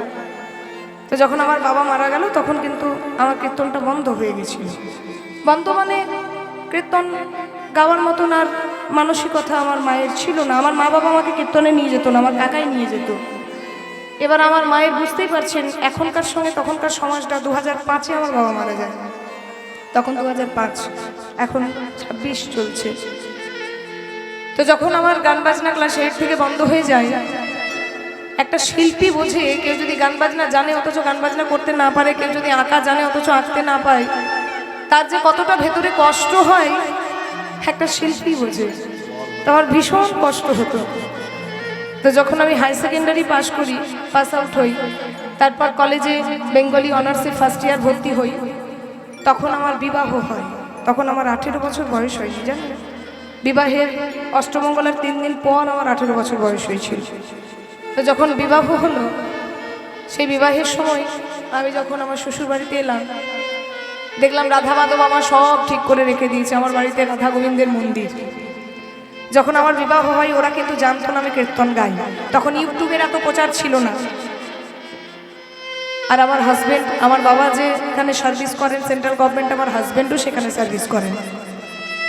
তাহলে যাই হোক, বাবা মারা গেছেন, কিন্তু আবার ওই চাকরির ছেলের সাথেই আমার বিবাহ হয়েছে। সবই হলো, যেদিন আমি বউ হয়ে বাড়িতে ঢুকলাম, সেদিন আমি ঠাকুরের কাছে কি প্রার্থনা করেছিলাম জানেন? আমি প্রার্থনা করিনি যে আমার স্বামী ভালো হোক, আমার শ্বশুর বাড়ি ভালো হোক। আমার শ্বশুরও গত হয়েছেন, আমার শ্বশুরও ডিএসপিতেই সার্ভিস করতেন। আমার শ্বশুর মশাইও মারা গিয়েছেন, সেখানে শাশুড়ি আর আমার হাজব্যান্ড থাকে। তো আমি কিন্তু একবারও আমার ঘরের জন্য প্রার্থনা করিনি। আমি শুধু আমার বেনারসি যে পরেছিলাম, এখনকার মেয়েরা তো অনেক সাজগোজ করে আসে, তখন আমরা কান্নাকাটি করে সাজগোজ ভুলে গেছি। তখন আমরা এভাবে ডান দিকে শাড়ি পরে আসতাম না, আমাদের জামানায় যাদের বিয়ে হয়েছে, তখন ওই বেনারসির আঁচলটা পেতে শুধু আমার ভগবানের কাছে একটাই প্রার্থনা করেছিলাম, প্রভু যেন আমি কীর্তনটা গাইতে পারি। 1 বছরে মাথাতেই আমি কীর্তন গিয়েছিলাম আমার ভগবানের সামনেই। আমার বাড়িতে রাস পূর্ণিমায় অনুষ্ঠান হয়, সেখানে আমি কীর্তন গিয়েছিলাম। আমার শ্বশুরবাড়ির লোকজন অবাক হয়ে গেছিল যে তুমি গান গাইতে পারো, তুমি কীর্তন গাইতে পারো। একটা গান গাওয়ার একটা কীর্তন গাওয়ার মধ্যে অনেক বিস্তর তফাৎ। 3 ঘন্টা 4 ঘন্টা কীর্তন গাওয়ার, একটা গান গাওয়ার বিস্তর তফাৎ। আমি সাপোর্টটা পেয়েছিলাম আমার হাজব্যান্ডের সাপোর্ট, আমার শাশুড়ি মায়ের সাপোর্ট। হারমোনিয়াম কিনে এনে দিয়েছিল, আমি কিন্তু গান বাজনা করে কিছুই বলতাম না। ঠিক আমার বড় সন্তান, আমার ছেলে যখন 2.5 বছর বয়স, তখন থেকে আমার গান বাজনা শুরু। আমি গান করতে গিয়েছিলাম জয়দেব মেলায়, সেখানে তিলোত্তমা সেবাশ্রমে গান করেছিলাম। একটা দিনে 120 পালা গানের বুকিং পেয়েছিল। তখন না ছিল আমার কোনো স্টাফ, মানে যে দোহার স্টাফ বাজুয়ে কিচ্ছু ছিল না, গানের কিছু জানি না সেরকম, মানে হঠাৎ সেখান থেকে আমার শুরু। শ্বশুরবাড়িতে সাপোর্টটা একদম ফুল পারমিশনে পেয়েছিলাম যে তুমি এগিয়ে যাও, তোমার পেছনে আমরা আছি। আমার মা কিন্তু সাপোর্ট করেনি তখন, মা বলেছিল আমি কিচ্ছু জানি না, আমি বিয়ে দিয়ে দিয়েছি, এবারে তাদের ব্যাপার। তো দেখুন সেই দিন থেকে আমার কীর্তনের জার্নিটা শুরু। সেই যে আমার কীর্তনটা শুরু হলো, আজ আমার ছেলে 12 বছর বয়স, বিবাহের পরে কিন্তু আমার 8-9 বছর কীর্তন গাওয়া হলো, বেশি দিন নয়। তো আজও পর্যন্ত আপনাদের চরণে কৃপায় আমরা প্রত্যেক দিন আপনাদের মতো ভক্তদের সামনে কীর্তন করি। আসলে কি জানেন, সবই ভগবানের পরীক্ষা। ভগবানের নাম যে ভালোবাসে, আমি পরীক্ষা পেয়েছি। ভগবানকে যে কেউ ভালোবাসে, কেউ যদি সৎ পথে থাকে, সদাচারী হয়ে থাকে, ফুল পারমিট দেয়। কে জানো? God is energy of power. একটা পাওয়ার আপনি পাবেন, সেটা হচ্ছে ভগবানের পাওয়ার। যদি আপনি ভালো হন, সেই পাওয়ার যদি আপনার পাশে থেকে যায়, আপনাকে ঠেকনেওয়ালা কেউ থাকবে না। এ নাম ভোলা কি গো যা,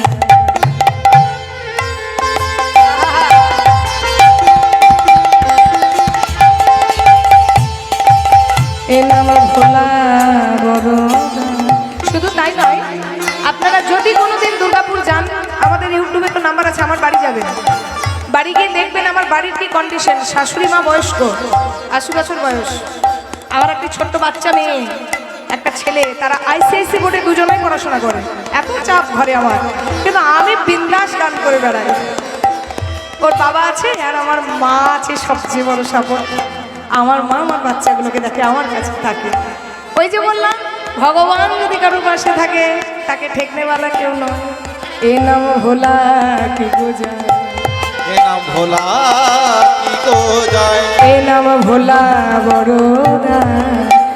বলো না, বলো না, বলো না, আমায় ভুলিতে বলো না, হৃদয় বলো হরি বল। হরে নাম মধুর নাম। আমায় ভুলিতে বলো না, কৃষ্ণ নাম হরে নাম মধুর নাম। আমায় ভুলিতে বলো না, আমায় ভুলিতে বলো না, আমায় ভুলিতে বলো না, কৃষ্ণ। বলো না মা, বলো না, আমায় অমন করে বাধা দিও না, আমায় বিদায় দাও মা, আমায় বিদায় দাও, ও গো মা জননী।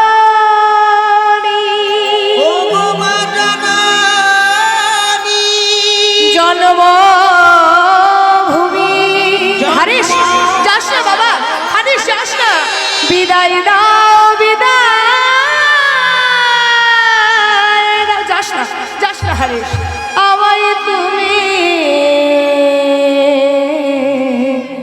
বিদায় দাও, যাস না হারিস, যাস না। এই, মার মার মার, মুসলমান হয়ে হিন্দুয়ানি করে। এই বেটা, কৃষ্ণ নাম ছাড়, একবার বল হরি বল, হরি বল, হরি বল, বল হরি বল, হরি বল, হরি বল, সবাই মিলে বলো।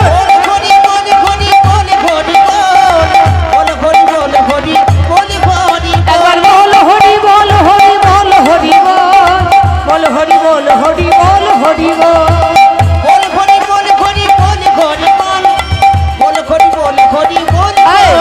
কৃষ্ণ নাম ছাড়, হরি নাম ছাড়। যতবার হারেশকে বাজারের মধ্যে নিয়ে গিয়ে মুসলমানরা একটা বেত নিয়ে আঘাত করছে, হারেশ কাঁদতে কাঁদতে ভগবানের উদ্দেশ্যে বলছে, ও গো দয়া,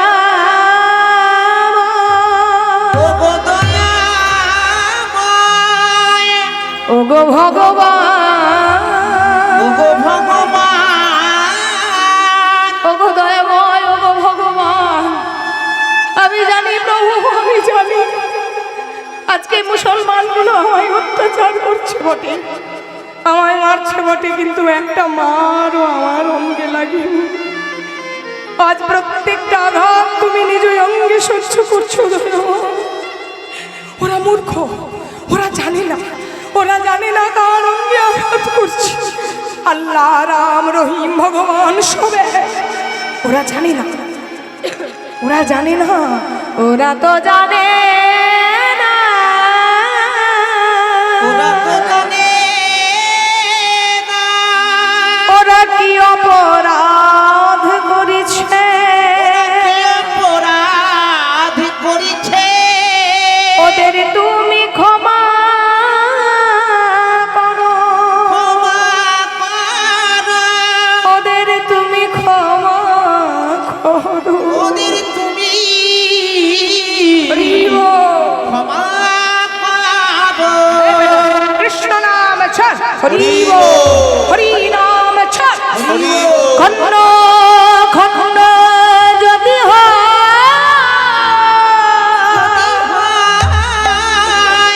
যাই মোর প্রাণ, যাই মোর প্রাণ, তথাপি বদনে মোর বদনে মোর না ছাড়িব কৃষ্ণ নাম। ছাড়িব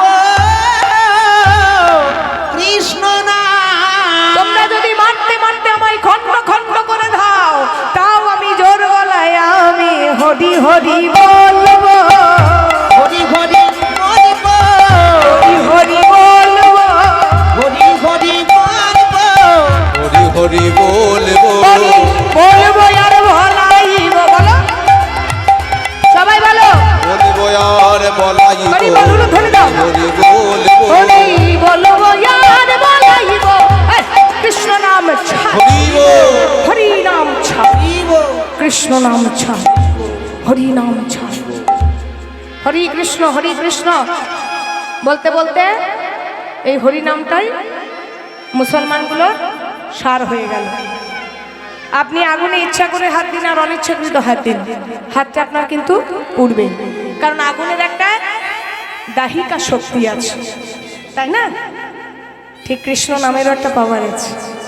কৃষ্ণ নাম যদি কেউ গালি দিয়েও করে উচ্চারণ, তথাপি জীবেরও হয় মুক্তির কারণ। কৃষ্ণ নাম কেউ ইচ্ছা করে শুনুক আর অনিচ্ছাকৃত শুনুক, কৃষ্ণ নামের পাওয়ারটা তার জীবনে কাজ করবেই করবে।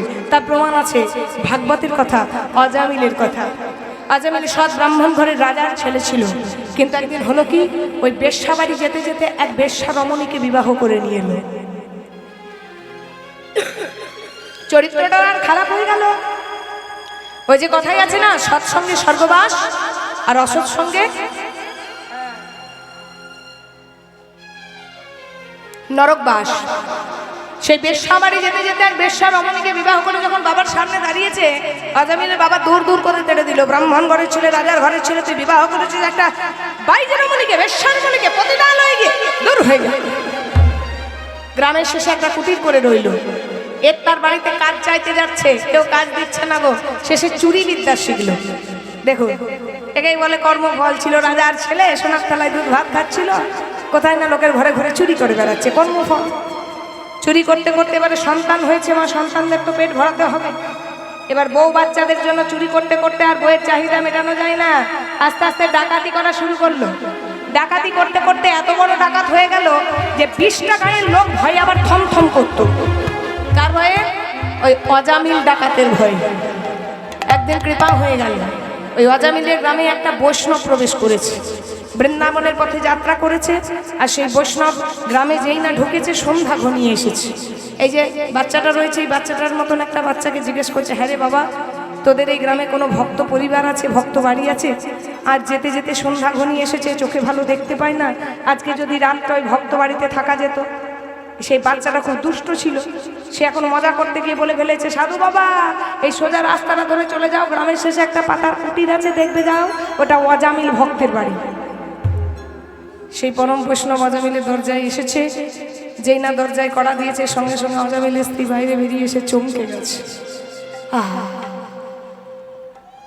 আমার বাড়িতে আজকে পরম বৈষ্ণব, কত কত মানুষ আমার দরজায় এসেছে। আসো মা গো, আজকে রাত্রিটা তোমার বাড়িতে থাকা হবে। আমায় বললো তোমার বাড়িটা নাকি ভক্ত বাড়ি। কে বলছে আপনাকে? এটা ভক্ত বাড়ি আপনাকে কে বলেছে? এটা ডাকাতের বাড়ি। চমকে উঠেছে। আচ্ছা ঠিক আছে, যার বাড়ি হোক এসে যখন পৌঁছেছি, আজকে রাত্রিটা না না আমার বাড়িতে থাকতে দেবার জায়গা নেই, যদি পারেন ওই সামনে গাছটা রয়েছে গাছের তলায় থাকতে পারেন। মা গো, তোমার বাড়ি এসেছি, আমায় থাকতে দিলে গাছের তলায়, আমায় কিছু সেবা দেবে না? বড় যে ক্ষুধা পেয়েছে। আপনাকে কি সেবা দেবো? সবই তোমার ডাকাতের ধন। মা গো, শুকনো জিনিসও দোষ নেই, তুমি চাল আটা দাও, আমায় সুজি দাও, তেল দাও আর চিনি দাও, আমি লুচি সুজি করে খেয়ে দেবো।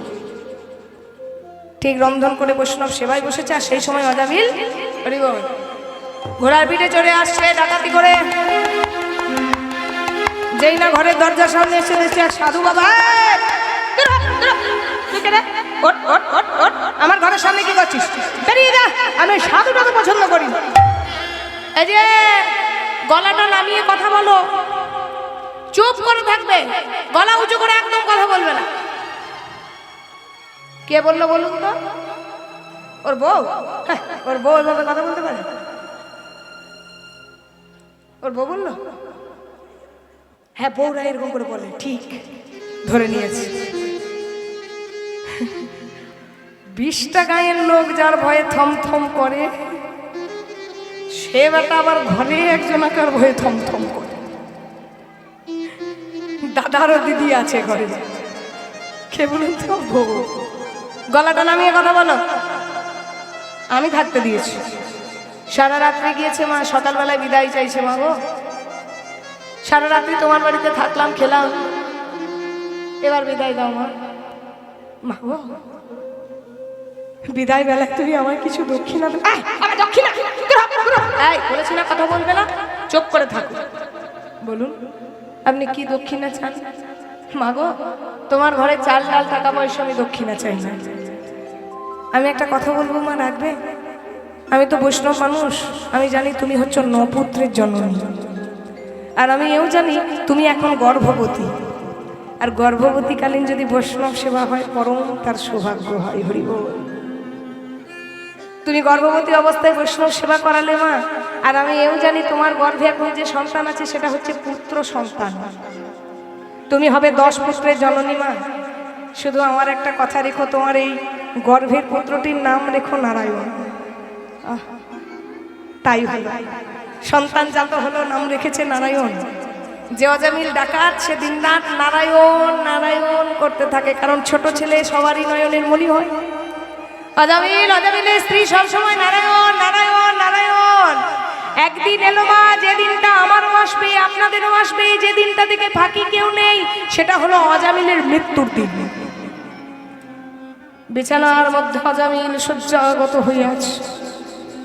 যে হাত দিয়ে অজামিল এত জায়গায় ডাকাতি করেছে, এত মানুষ খুন করেছে, হাত পা কাটাকাটি করেছে, সেই হাতগুলো আমার বিছানা থেকে উঠছে না। যারা চোখের সামনে মৃত্যু দেখেছেন, দেখবেন মৃত্যুর 15 থেকে 20 মিনিট আগে মানুষের বাকরুদ্ধ হয়ে যায়, কথা বন্ধ হয়ে যায়। যমরাজ এসে মাথা গড়ায় দাঁড়িয়ে বলে, ওরে যাদেরকে নিয়ে এ জন্মে খেলা খেললি, যাদেরকে নিয়ে সংসার করলি, শেষবারের মতন একবার তাদের দেখে নে। অজামিলের মাথা গড়ায় যমরাজ দাঁড়িয়ে আছে, অজামিলের হাতটা ধরে যেই না টেনে তুলছে, ঠিক সেই সময় অজামিল বলে উঠেছে, ওরে দাঁড়া রে,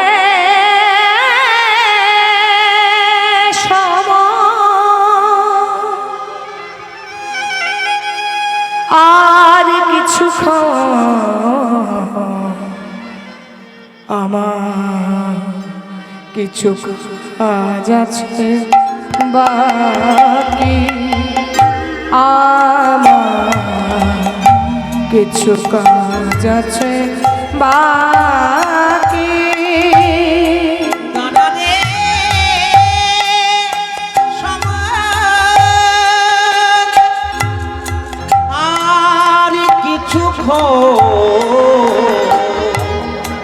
আমার কিছু কাজ আছে বাকি, আমার কিছু কাজ আছে বাকি।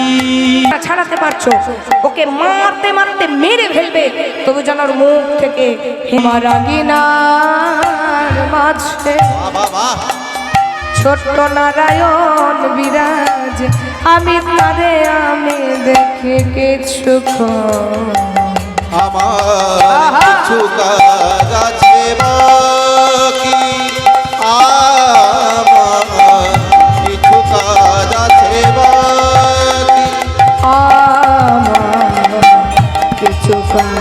আছে বাকি। নারায়ণ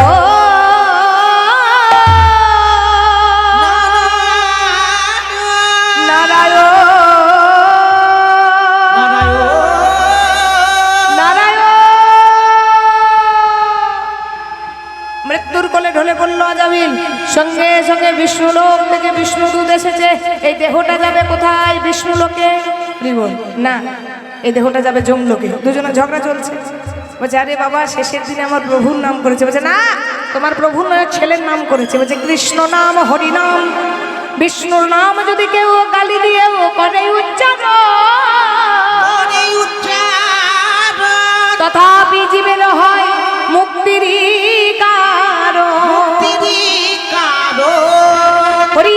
হরি কৃষ্ণ বলতে বলতে মুসলমানগুলোর মুখে শান হয়ে গেল কৃষ্ণ। আস্তে আস্তে তাকে ভালোবেসে ফেললো। কাকে? হারেশকে। এই হারেশ, তোর মধ্যে এমন কি জান আছে রে? তুই পীর না পায়াগম, তোকে এত মারছি, তোকে মেরে ফেলাতে দেবে তা তোর মুখ থেকে কৃষ্ণ নামটা ছাড়াতে পারছিস? তুই মরে যা। তুই যদি না মরিস তাহলে কিন্তু আমাদেরকে আবার কাজী সাহেব কতল করবে। আমাদের ঘরে বিবি বাচ্চা আছে। হারেশ করলো কি, ধ্যানস্থ হতে লাগলো আর বললো শোন, আমি যদি মরে যাই আমার দেহটা নিয়ে কি করবি জানিস? কি করব? কবর দেবো? না না, আগুনে পোড়াবো? না, আমার এই দেহটা নিয়ে পতিত পাবনী গঙ্গার জলে ভাসিয়ে দিবি। যেই না হারেশ ধ্যানস্থ হলো, মৃত্যুর কোলে ঢলে পড়লো। হারেশের দেহটা নিয়ে ভাসিয়ে দিল কোথায়? গঙ্গার জলে। হুজুর মরে গেছে, মারা গেছে, মারা গেছে। কাপের হারেসটা মারা গেছে, মেরে ফেলেছি। তাহলে দেহটাকে নিয়ে কি করা যায়? আগুনে পোড়াও। তা কি করে হয়? হিন্দু ঘরে জন্ম হয়েছে বটে, কিন্তু পরে তো মুসলমান হয়েছে। তাহলে কবর দাও। কা কি করে হয়? তো হিন্দু ঘরে জন্ম হয়েছে। হরি বল। দেহটাকে নিয়ে গঙ্গার জলে ভাসিয়ে দিল। এবারে দেহটা ভাসতে ভাসতে আসছে শান্তিপুরের ঘাটে। কৃষ্ণ কৃষ্ণ কৃষ্ণ হে হরে কৃষ্ণ কৃষ্ণ কৃষ্ণ হে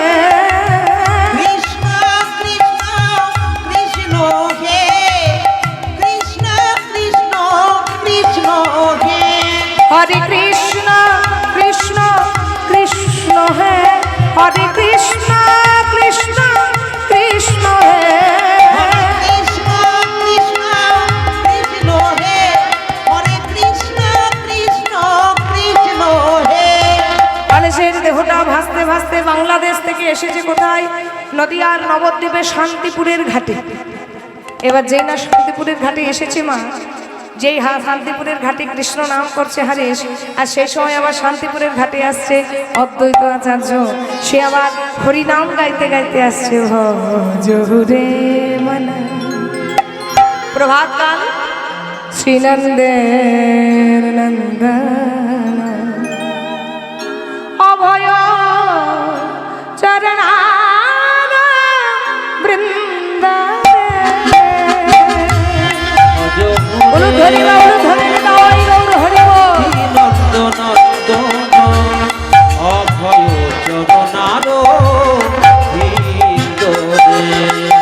দুর্লভ মানব জন্ম শত সঙ্গে, দুর্লভ মানব জন্ম শত সঙ্গে, দুর্লভ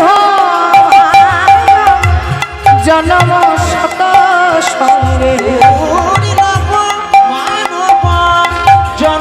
শত সঙ্গে, তরত হিয় ভব সিন্ধুরে সিন্ধুরে মাজহুরে শ্রীনন্দের নন্দন অভয় চরণ বৃন্দরে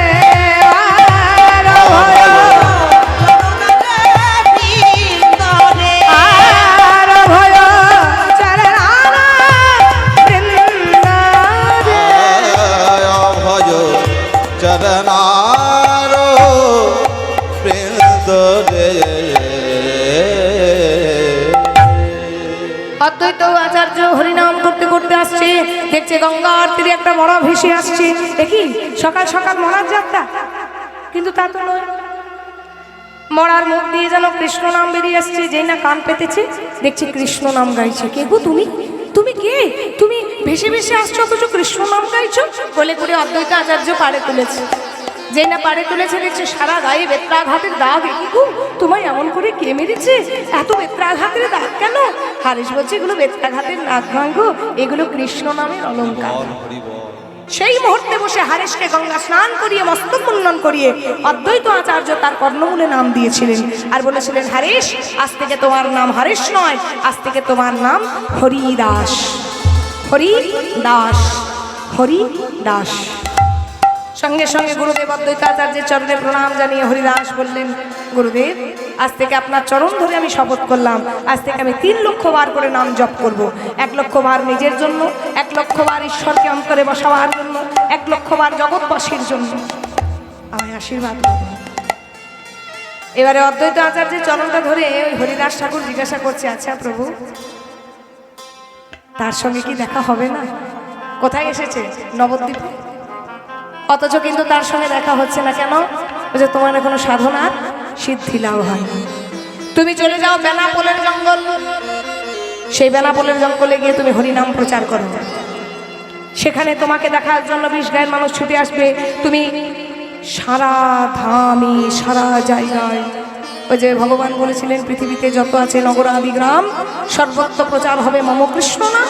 তুমি কৃষ্ণ নাম প্রচার করার শপথ নাও। হরিদাস ঠাকুর নয়নের জল ফেলতে ফেলতে আজকে বেনাপোলের পথে যাত্রা করেছে আর গাইছে, হরি মনম যায় লুকালে কোথা, হরি মনম যায় লুকালে কোথা।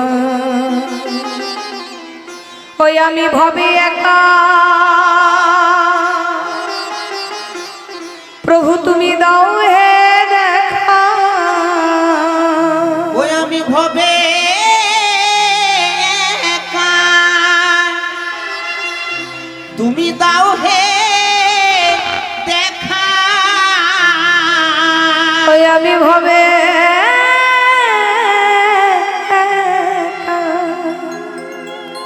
তুমি দাও হে দেখা, পরাণ সখা রাখো পা। হরি মনুম যায় মনম যায় লুকালে কোথা। হরে কৃষ্ণ হরে কৃষ্ণ কৃষ্ণ কৃষ্ণ হরে হরে, হরে রাম রাম রাম হরে হরে। বেনাপোলের জঙ্গলে একটা কুটির নির্মাণ করে হরিদাস ঠাকুর নাম প্রচার করতে লাগলেন। 10 গা 20 গা ভেঙে মানুষ ছুটে আসছে, হরিনাম করছে, মাতোয়ারা হয়েছে হরিনামে। সহ্য হলো না আর গো, সেখানকার রাজা রামচন্দ্র খাই। ও মায়েরা, ভালো মানুষের পেছনে সবসময় শত্রু লেগে থাকে জানো তো। যত তোমার পেছনে শত্রু লাগবে তুমি জানবে তোমার উন্নতি হচ্ছে, অবনতি নয়। সেই হরিদাস ঠাকুরের পেছনে সেখানে শত্রু লাগলো। এই যে আমি এই রাজ্যের রাজা, সবাই আমাকে মান্যতা দেবে, আমায় সালাম ঠুকবে, আমায় প্রণাম করবে।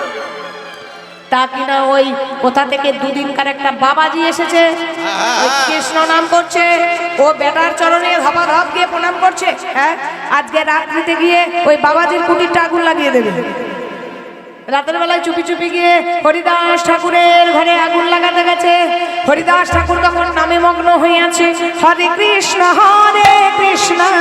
কৃষ্ণ কৃষ্ণ হরে হরে, হরে রাম রাম রাম হরে হরে।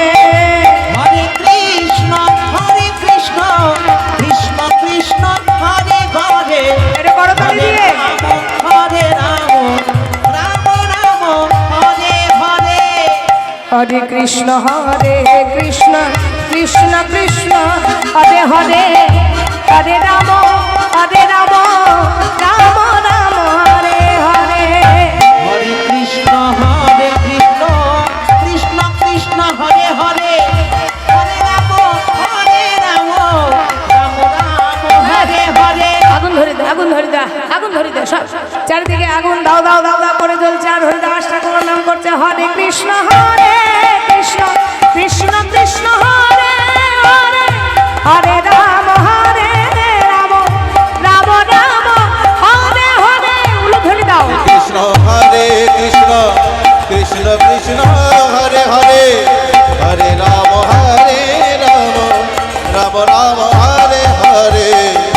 কি গো, সারা জঙ্গল পুড়ে ছাই হয়ে গেছে, পরিষ্কার হয়েছে, হরিনামের বৃষ্টি এসে কুটিরটা রয়ে গেছে। হরে কৃষ্ণ হরে রাধে কৃষ্ণ কৃষ্ণ হরে হরে, হরে রাম হরে রাম, রাম রাম হরে হরে। হরে কৃষ্ণ কৃষ্ণ কৃষ্ণ হরে হরে, হরে রাম রাম, রাম রাম হরে হরে। গেল না, শেষ রক্ষা করা গেল না। ওই সাধু বাবার কুটিরটা পড়ে নিয়ে সব জায়গায় পুড়ে যা হয়েছে, আর সাধু বাবার কুটিরটা বৃষ্টি পড়ে সব নিভে গেছে। হরি বল। ও মায়েরা, ভগবানের নাম করলে তাকে কখনো কেউ ক্ষতি করতে পারে গো? কোনোদিন ক্ষতি করতে পারে না।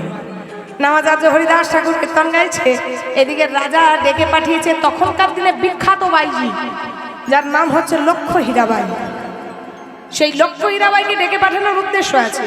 সেই রাজা মনে মনে চিন্তা করছে, এবার শেষ রক্ষা যদি ওই বাইজি নাচ দেখিয়ে ওই তাকতুক করে যদি ওই বাবাজিকে কোনো রকমের নারী চক্রান্তকে সে ফাঁসানো যায়, তাহলে বাবাজিকে আশ্রম তারা করা যেতে পারে। তাছাড়া তো আশ্রম থেকে তাড়ানো যাবে না। ডেকে আনা হোক লক্ষ্য হীরাবাই। মাই লক্ষ্য হীরাবাইজি, এই বাইজির নাচ দেখতে হলে তখনকার দিনে 1 লক্ষ স্বর্ণ মুদ্রা লাগবে। যেমন ছিল রূপে রূপবতী, তেমন ছিল গুণে গুণবতী, মানে গুণটা তার, নেত্রের কলা কৌশল খুব সুন্দর জানত। সেই লক্ষ্য হীরাবাই এসেছে রাজার দরবারে। সালাম আলাইকুম। ওয়ালাইকুম সালাম। আচ্ছা মহারাজ, বলুন কি করতে হবে? তোমায় সুন্দর করে নাচ দেখাতে হবে। নাচ? আচ্ছা, কোথায়, কখন, কার দরবারে নাচ দেখাতে হবে? আরে বাবা, এটা কোনো রাজার দরবারে নাচ নয় গো, এটা হচ্ছে সাধু বাবার কুটিরের নাচ। লক্ষ্য হীরাবাই বলছে, তবা তবা, আজকালকার সাধু বাবার আমার নাচ দেখছে কবে থেকে? হরি বল। ও বাবা, বলে কলিযুগে সাধু বাবারা কিছু কিছু সাধু বাবা নাচ দেখে। সাজে সাধু আর কাজে অসাধু, এটা রাগের কথা কিছু নয়। যা এখন শোনা যাচ্ছে চারিদিকে, সাজে সাধু আর কাজে অসাধু।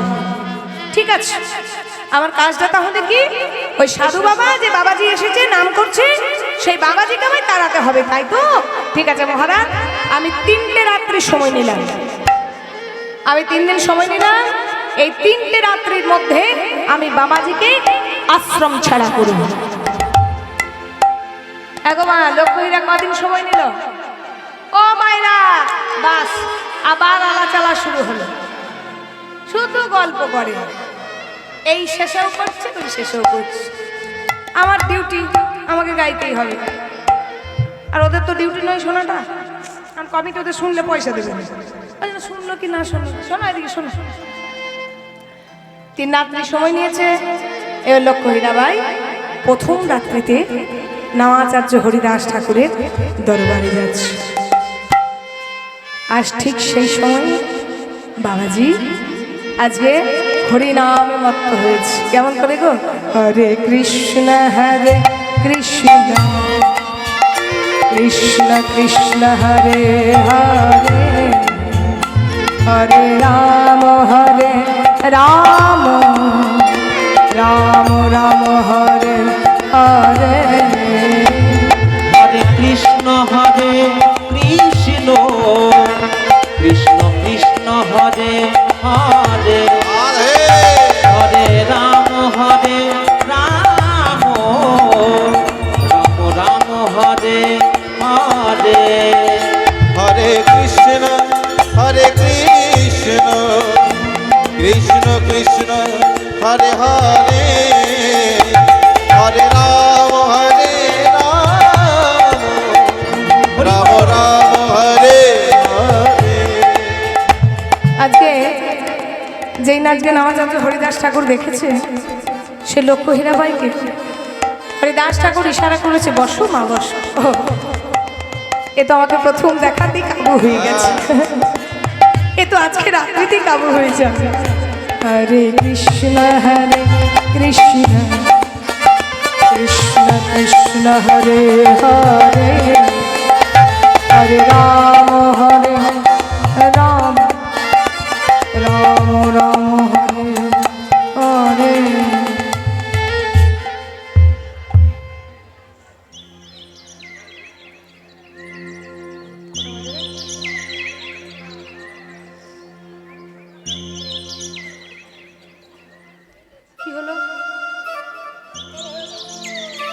সকাল হয়ে গেল কেন?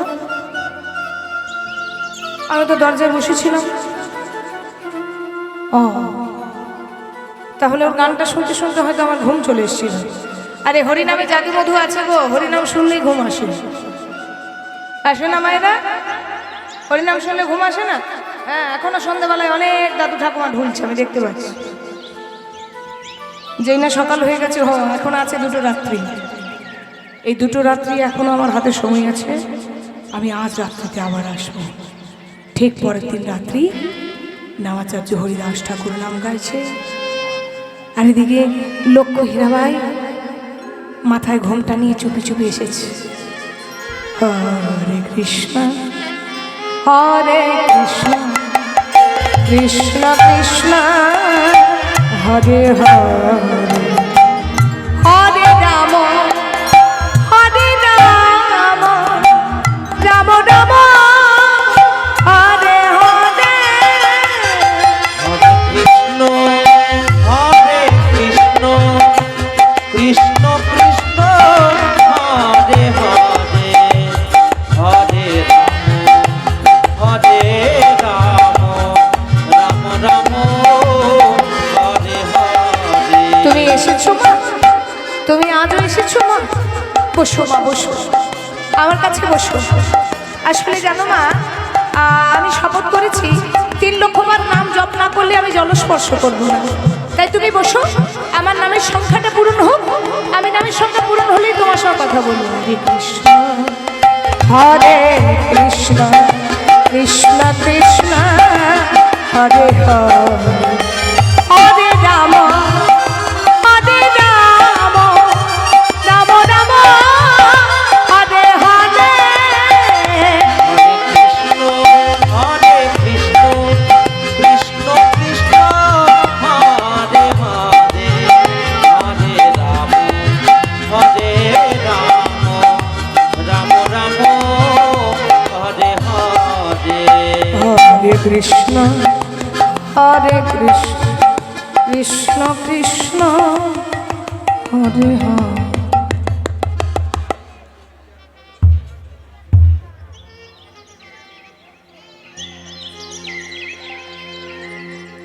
এ কি, আবার সকাল হয়ে গেল? 2টো রাত্রি আমি ঘুমিয়ে গেলাম। আমি সাধু বাবাকে জব্দই করতে পারলাম না। শেষ রাত্রিটা আমার হাতে আছে। আজকে এই রাত্রিতে আমি সুন্দরভাবে শয্যায় সজ্জিত হয়ে আজ আমি আর সাধু বাবার গান শুনবো না। আজ আমি নিজের নাচ গান দেখাবো। পরের দিন রাত্রিতে শেষ রাত্রি সে লক্ষ্য হীরাবাই নিয়ে সুসজ্জিত ভাবে সেজেছে।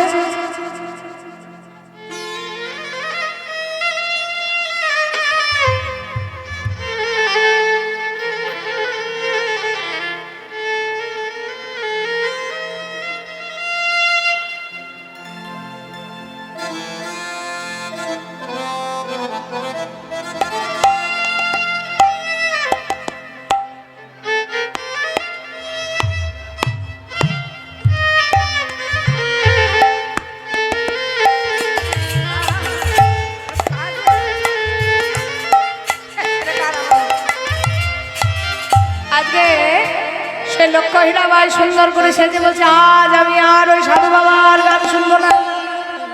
সাধু বাবার গান শুনলেই আমি ঘুমিয়ে যাচ্ছি। আজ আমি গাইবো আমার নিজের গান।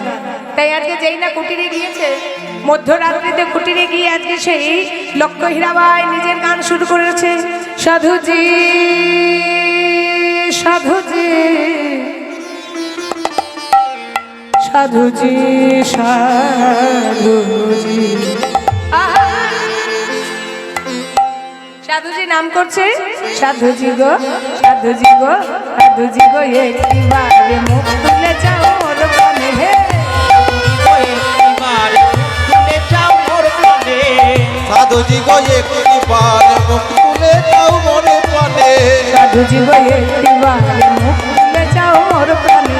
সাধুজি গো একটিবার মুখ তুলে যাও মোর প্রাণে। তুমি কত সুন্দর,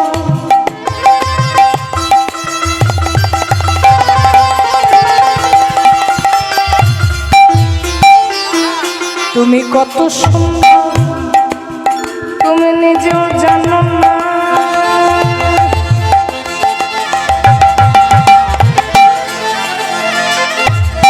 তুমি কত সুন্দর ওগো নিজেও জানো না। তুমি কত সুন্দর তুমি নিজেও জানো না। ওগো মুগ্ধ তোমার দর্শনে সাধুজি গো একটিবার মুখ তুলে যাও মোর প্রাণে। সাধুজি গো একটিবার তুলে যাও মোর পানে। সাধুজি গো একটিবার মুখ তুলে যাও মোর পানে। এদিকে সাধু বাবা নাম করছে হরে কৃষ্ণ কৃষ্ণ কৃষ্ণ হরে হরে করুন। হরে রাম রাম রাম হরে হরে। হরে কৃষ্ণ কৃষ্ণ কৃষ্ণ হরে হরে। হরে রাম রাম রাম হরে হরে। আমায় চাইয়ে দেখো তুমি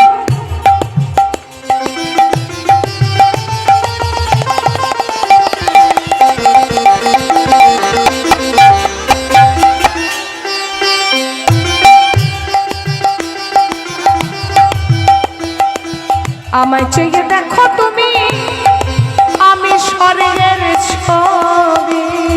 আমায় চেয়ে দেখো তুমি, আমি স্বর্গের ছবি। আমায় দেখলে তোমার দেখলে তোমার দেখলে তোমায় দেখলে তোমায় দেখলে তোমার ও সাধুজি আমায় দেখলে তোমায় তোমার দেখলে তোমায় দেখলে তোমায় দেখলে তোমার সাধন ভজন চার থাকবে সবই। সাধুজি গো একটিবার মুখ তুলে যাও মোর পানে। সাধুজি গো একটিবার মুখ তুলে যাও মোর পানে। হরে কৃষ্ণ হরে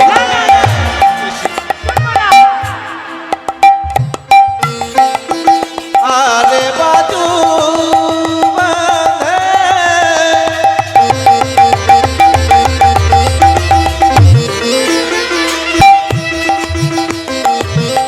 খোলে যায়,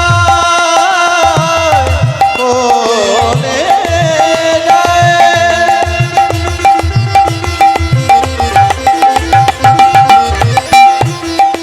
খোলে যায় বাজু, বাজু বাঁধে, বাজু বাঁধে খোলে খোলে যায় বাজু বাঁধে খোলে খোলে যায় খোলে যায় বাজু বাঁধে কোলে কোলে যায় খোলে যায় বাজু বাঁধে খোলে খোলে যায় খোলে যায় বাজু বাঁধে কোলে কোলে সাধুজি গো একটিবার হরে কৃষ্ণ কৃষ্ণ কৃষ্ণ হরে হরে। দেখো সে বাইজি গেছি গো সাধুজি গো একটিবার মুখ তুলে যাও মোর প্রাণে। সাধুজি গো একটিবার মুখ তুলে যাও মোর পানে। হরে কৃষ্ণ বাবা বাবা বাবা এই তো আমি সাধু বাবার গানটা গাইলাম। সাধুজি গো হরে কৃষ্ণ সাধুজি গো একটিবার মুখ তুলে যাও মোর প্রাণে। একটিবার মুখ তুলে যাও মোর পানে। হরে কৃষ্ণ সাধুজি গো হরে কৃষ্ণ সাধুজি হরে কৃষ্ণ সাধুজি গো হরে কৃষ্ণ কৃষ্ণ কৃষ্ণ হরে হরে। হরে রাম রাম রাম হরে হরে হরি বল। হরে কৃষ্ণ কৃষ্ণ কৃষ্ণ হরে হরে। হরে রাম হরে রাম রাম রাম হরে হরে। হরে কৃষ্ণ কৃষ্ণ কৃষ্ণ হরে হরে। হরে রাম রাম রাম হরে হরে। সাধু বাবা আমায় ক্ষমা করো সাধু বাবা আমায় ক্ষমা করো আমি তবু চরণে অপরাধী। ওঠো মা ওঠো তুমি ঠিক গান গেয়েছো। যে গান সর্বেশ্বর্বা গান সর্বমূলের যে কর্তা তার নাম তুমি গেয়েছো। ওঠো মা ওঠো। এতদিন তুমি ভুল নাম গাইছিলে ভুল গান গাইছিলে আজ তুমি সঠিক গান গেয়েছো। ওঠো মা ওঠো। আমি 3 রাত্রি আগেই চলে যেতে পারতাম কেন যাইনি জানো শুধু তোমার জন্য। তোমায় কৃপা করবো বলে আমি এখানে রয়ে গেছি। শোনো মা ওই গঙ্গায় মস্তক মুন্ডন করে এসো আমি তোমার পূর্ণমূলে নাম দেব। সে লক্ষ্য হীরাবাই গঙ্গায় মস্তক মুন্ডন করে স্নান করে এলো, আর সেখানে কর্মমূলে নাম দিল নামাচার্য হরিদাস ঠাকুর। শোনো মা, এতদিন তুমি ছিলে লক্ষ্য হীরাবাই, আজ থেকে তুমি হলে সাধিকা লক্ষ্য হীরা। তাই গৌর হরি বল। এতদিন তুমি বাইরে ছিলে, এতদিন আজ থেকে হলে তুমি সাধিকা। এতদিন তোমার কাছে মানুষের আসতো তোমার উপভোগ করার জন্য, এবারে আসবে তোমাকে প্রণাম জানাবার জন্য। যেমন কর্ম তেমন ফল মা। কর্মের জন্য তার কাছে আসতো তার দেহ ভোগ করতে, এবার কর্মের জন্য আসবে তার চরণে প্রণাম জানাবার জন্য। নিতাই গৌর হরি বল। এখনো যদি বেনাপোলে যান, বাংলাদেশ বর্ডার, সেখানে দেখবেন এখনো লক্ষ্য হীরাবাইয়ের এখনো আশ্রম আছে, যে আশ্রমটিতে সাধু বাবা বসে বসে নাম করেছিল। এখনো পর্যন্ত সে লক্ষ্য হীরাবাইকে সেখানে সাধিক লক্ষ্য হীরা রূপে পূজা করা হয়নি। তাই গৌর হরি বল। যাই হোক, আমাদের সময় অতিক্রান্ত হয়ে গেছে, 5টা থেকে উঠেছি, কখন যে 9টা বেজে গেল তাও 9টা 4 পেরিয়ে গেছে। আপনাদের মুখগুলো দেখে ভুলেই গেছিলাম 4 ঘন্টা গান হয়ে গেল। মনে হচ্ছে যেন এখনো 4 ঘন্টা পেরিয়ে যাবে আপনাদেরকে দেখে, কিন্তু পার করবো না, পালাবো, সময় শেষ। এবার আজকে হরিদাস ঠাকুর যাচ্ছে কোথায়? নবদ্বীপের ফুলিয়ায়, যেখানে আমার গৌর এসেছে, সেখানে আজকে হরিদাস ঠাকুরের সঙ্গে মিলন হবে। সবাই মিলে প্রেম সে উলুধ্বনি দাও। পথে কি দেখলে যেতে আমার গৌর ভগবানে, দেখলে যেতে আমার গৌর ভগবানে, পথে কি দেখলে যেতে আমার গৌর ভগবানে, পথে কি দেখলে যেতে আমার গৌর ভগবানে, দেখলে যেতে আমার গৌর ভগবানে, যারে কোলে যায় না দেওয়া কোলে দেয় সে কাছে পেলে। উলুধ্বনি দাও। দেওয়া কোলে দেয় সে কাছে টেনে, যারে কোলে যায় না দেওয়া কোলে দেয় সে কাছে পেলে।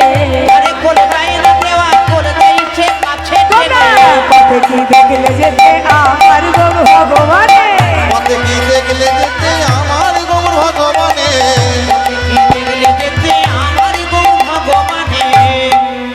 এগো ও মাইরা, আমি বলেছি শেষ হয়েছে। ও বাবা, আমার 10টা পর্যন্ত সময়, বসো। উঠে পালাচ্ছে। আর শোনো, সবাইকে বলে দিই, আপনাদের এখানে প্রসাদের ব্যবস্থা আছে, প্রসাদ পাবেন, তারপর আবার ঘুরে হরিবাসনে বসবেন, কীর্তন হবে, ঘর যাবেন না। 4 ঘন্টা কীর্তন শুনে প্রসাদ পাবো, চলে যাবো, একদম না। প্রসাদ পেয়ে আবার এখানে বসবেন। আখির ঝিনুকে তার অবিরল ভোগা ঝরে, ঝিনুকে তার অবিরল মুক্তা ঝরে, আখির ঝিনুকে তার অবিরল ভোগা ঝরে, ঝিনুকে তারে অবিরল মুক্তা ঝরে, কেঁদে কেঁদে কৃষ্ণ প্রেম সে ভিড় আমাকে দাঁড়ে দাঁড়ে, এ দেখে কৃষ্ণ প্রেম সে ভিক্ষা মাগে দাঁড়ে দাঁড়ে, কেঁদে কেঁদে কৃষ্ণ প্রেম সে ভিড় আমাকে দাঁড়ে দাঁড়ে। দেখে কৃষ্ণ প্রেম সে ভিক্ষা মাগে দাঁড়ে দাঁড়ে, পথে কি দেখলে যেতে আমার গৌর ভগবানে। উলুধ্বনি দাও। কি দেখলে যেতে আমার গৌর ভগবানে, পথে কি দেখলে যেতে আমার গৌর ভগবানে, পথে কি দেখলে যেতে সবাই মিলে ভগবানে, পথে কি দেখলে যেতে আমার গৌর ভগবানে। কি দেখলে যেতে আমার গৌর ভগবানে।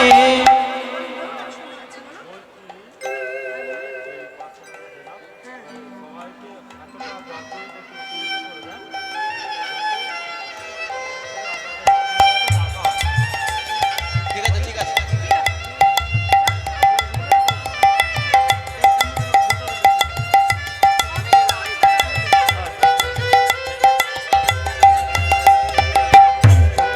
সবাই মিলে একটু প্রেম সে। উনি আমাকে রিকোয়েস্ট করেছেন যে গান গেয়ে এমন মাতিয়ে দেন, পরের বারে যেন রাসলীলা বুকিং করে। প্রথমত আমি রাসলীলা গাই না, রাসলীলা আমি গাই না। সবাই মিলে একটু উলুধ্বনি। জগতে জগায় মাথায় মগ্ন যারা পাপে পাকে, জগতে জগায় মাথায় মগ্ন যারা পাপের পাকে, জগতে জগায়